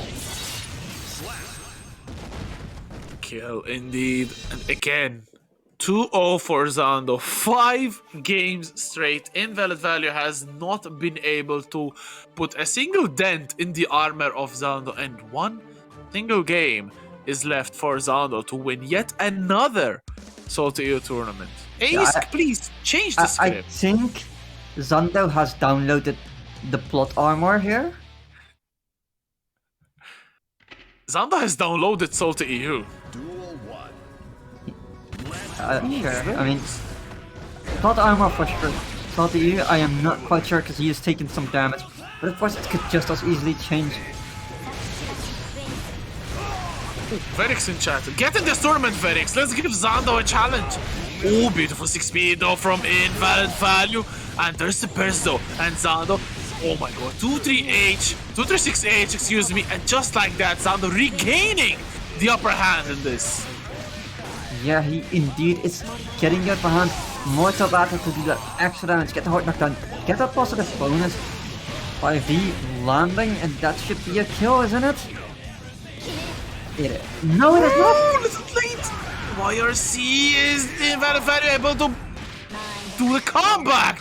No, they won't. What an IB again! Every single time Zando IBs the string and punishes with throw. Unfortunately, he is getting clipped there, and now Invalid has done a nice amount of damage here, but half Zando's life has just been immediately evaporated. Let's see if the other half will be evaporated as well. 2 bars of tension for Invalid Value. Zando with no resources, no burst, no meter. There's the PRC from Invalid Value. 5k into maximum damage at the wall. No wall stick. The 5D will whiff, and that gives Zando enough time to escape the corner. It definitely does. 6B lands there, blocks the burst after the Fukyo and gets the kill at the 5k. It is looking like Invalid has something he can do. Can he keep it up though? That is the question right now. Of course, Zando is so consistent right now and not looking like he's keeping much pace. Yeah, definitely that burst, however, was a sign of confidence, I feel, for Zando, but unfortunately not the best place to burst. But this time, definitely, Invalid Value could use a burst. Is this actually going to kill? No, not just yet. The mask of giving Invalid Value just enough time to take a deep breath before being counter-hit straight in the face. And again, the script is always the same. Zando wins yet another SaltyEU tournament. How many is it? 55, 66, 84, 105? Ace? It's like 12, I think, at this point. Like 12, 13 wins, something like that. It has to be double digits incredible. for sure. Yeah. It is, but I am just impressed at the fact that he has just won, not 1, not 2, He's just won 6 games straight. Yes, he didn't win every single round immediately, but he has won 6 games straight. Yeah, and 11 tournaments, and I can't even go 1 and 2 in this tournament. So that is just Yeah, yes, but unbelievable. you see about that, you win in our hearts, and that's what matters. Ooh, It sounds so cringe. I know. That's what I live for. That's what we're here for. But in any case, Sundo winning yet again. Where can we find you? Actually, we want to hear more of you. If your ears are okay, I'd suggest to stay away. But if you really want to get even more of my voice, you can find me on Twitter. I mainly post whenever I will do comms. But I'm mainly on Twitter. But are you on Twitter as well, Sayane? I indeed am on Twitter on @Nemorea. I post weird things like, mostly May stuff or like stuff of my OC, which, yeah. I sometimes stream, not much. It's probably either getting over it or Guilty Gear, because I am a degenerate. True. Wow. Yeah, and with those parting words, I'll go ahead and show you. Here we go. That's the top 8 for today. So we got Shmeep the boy, making it in top 8. MCA, Pataxis, Bella, Sin, Uriel, Invalid, and obviously, Sando. Just following that script. So GG's everyone. As always, thank you a lot for participating. Thank you for watching. As always, any follows to the channel, stuff like that is hugely appreciated. And if you're interested in joining, this is a weekly event that we do every Monday.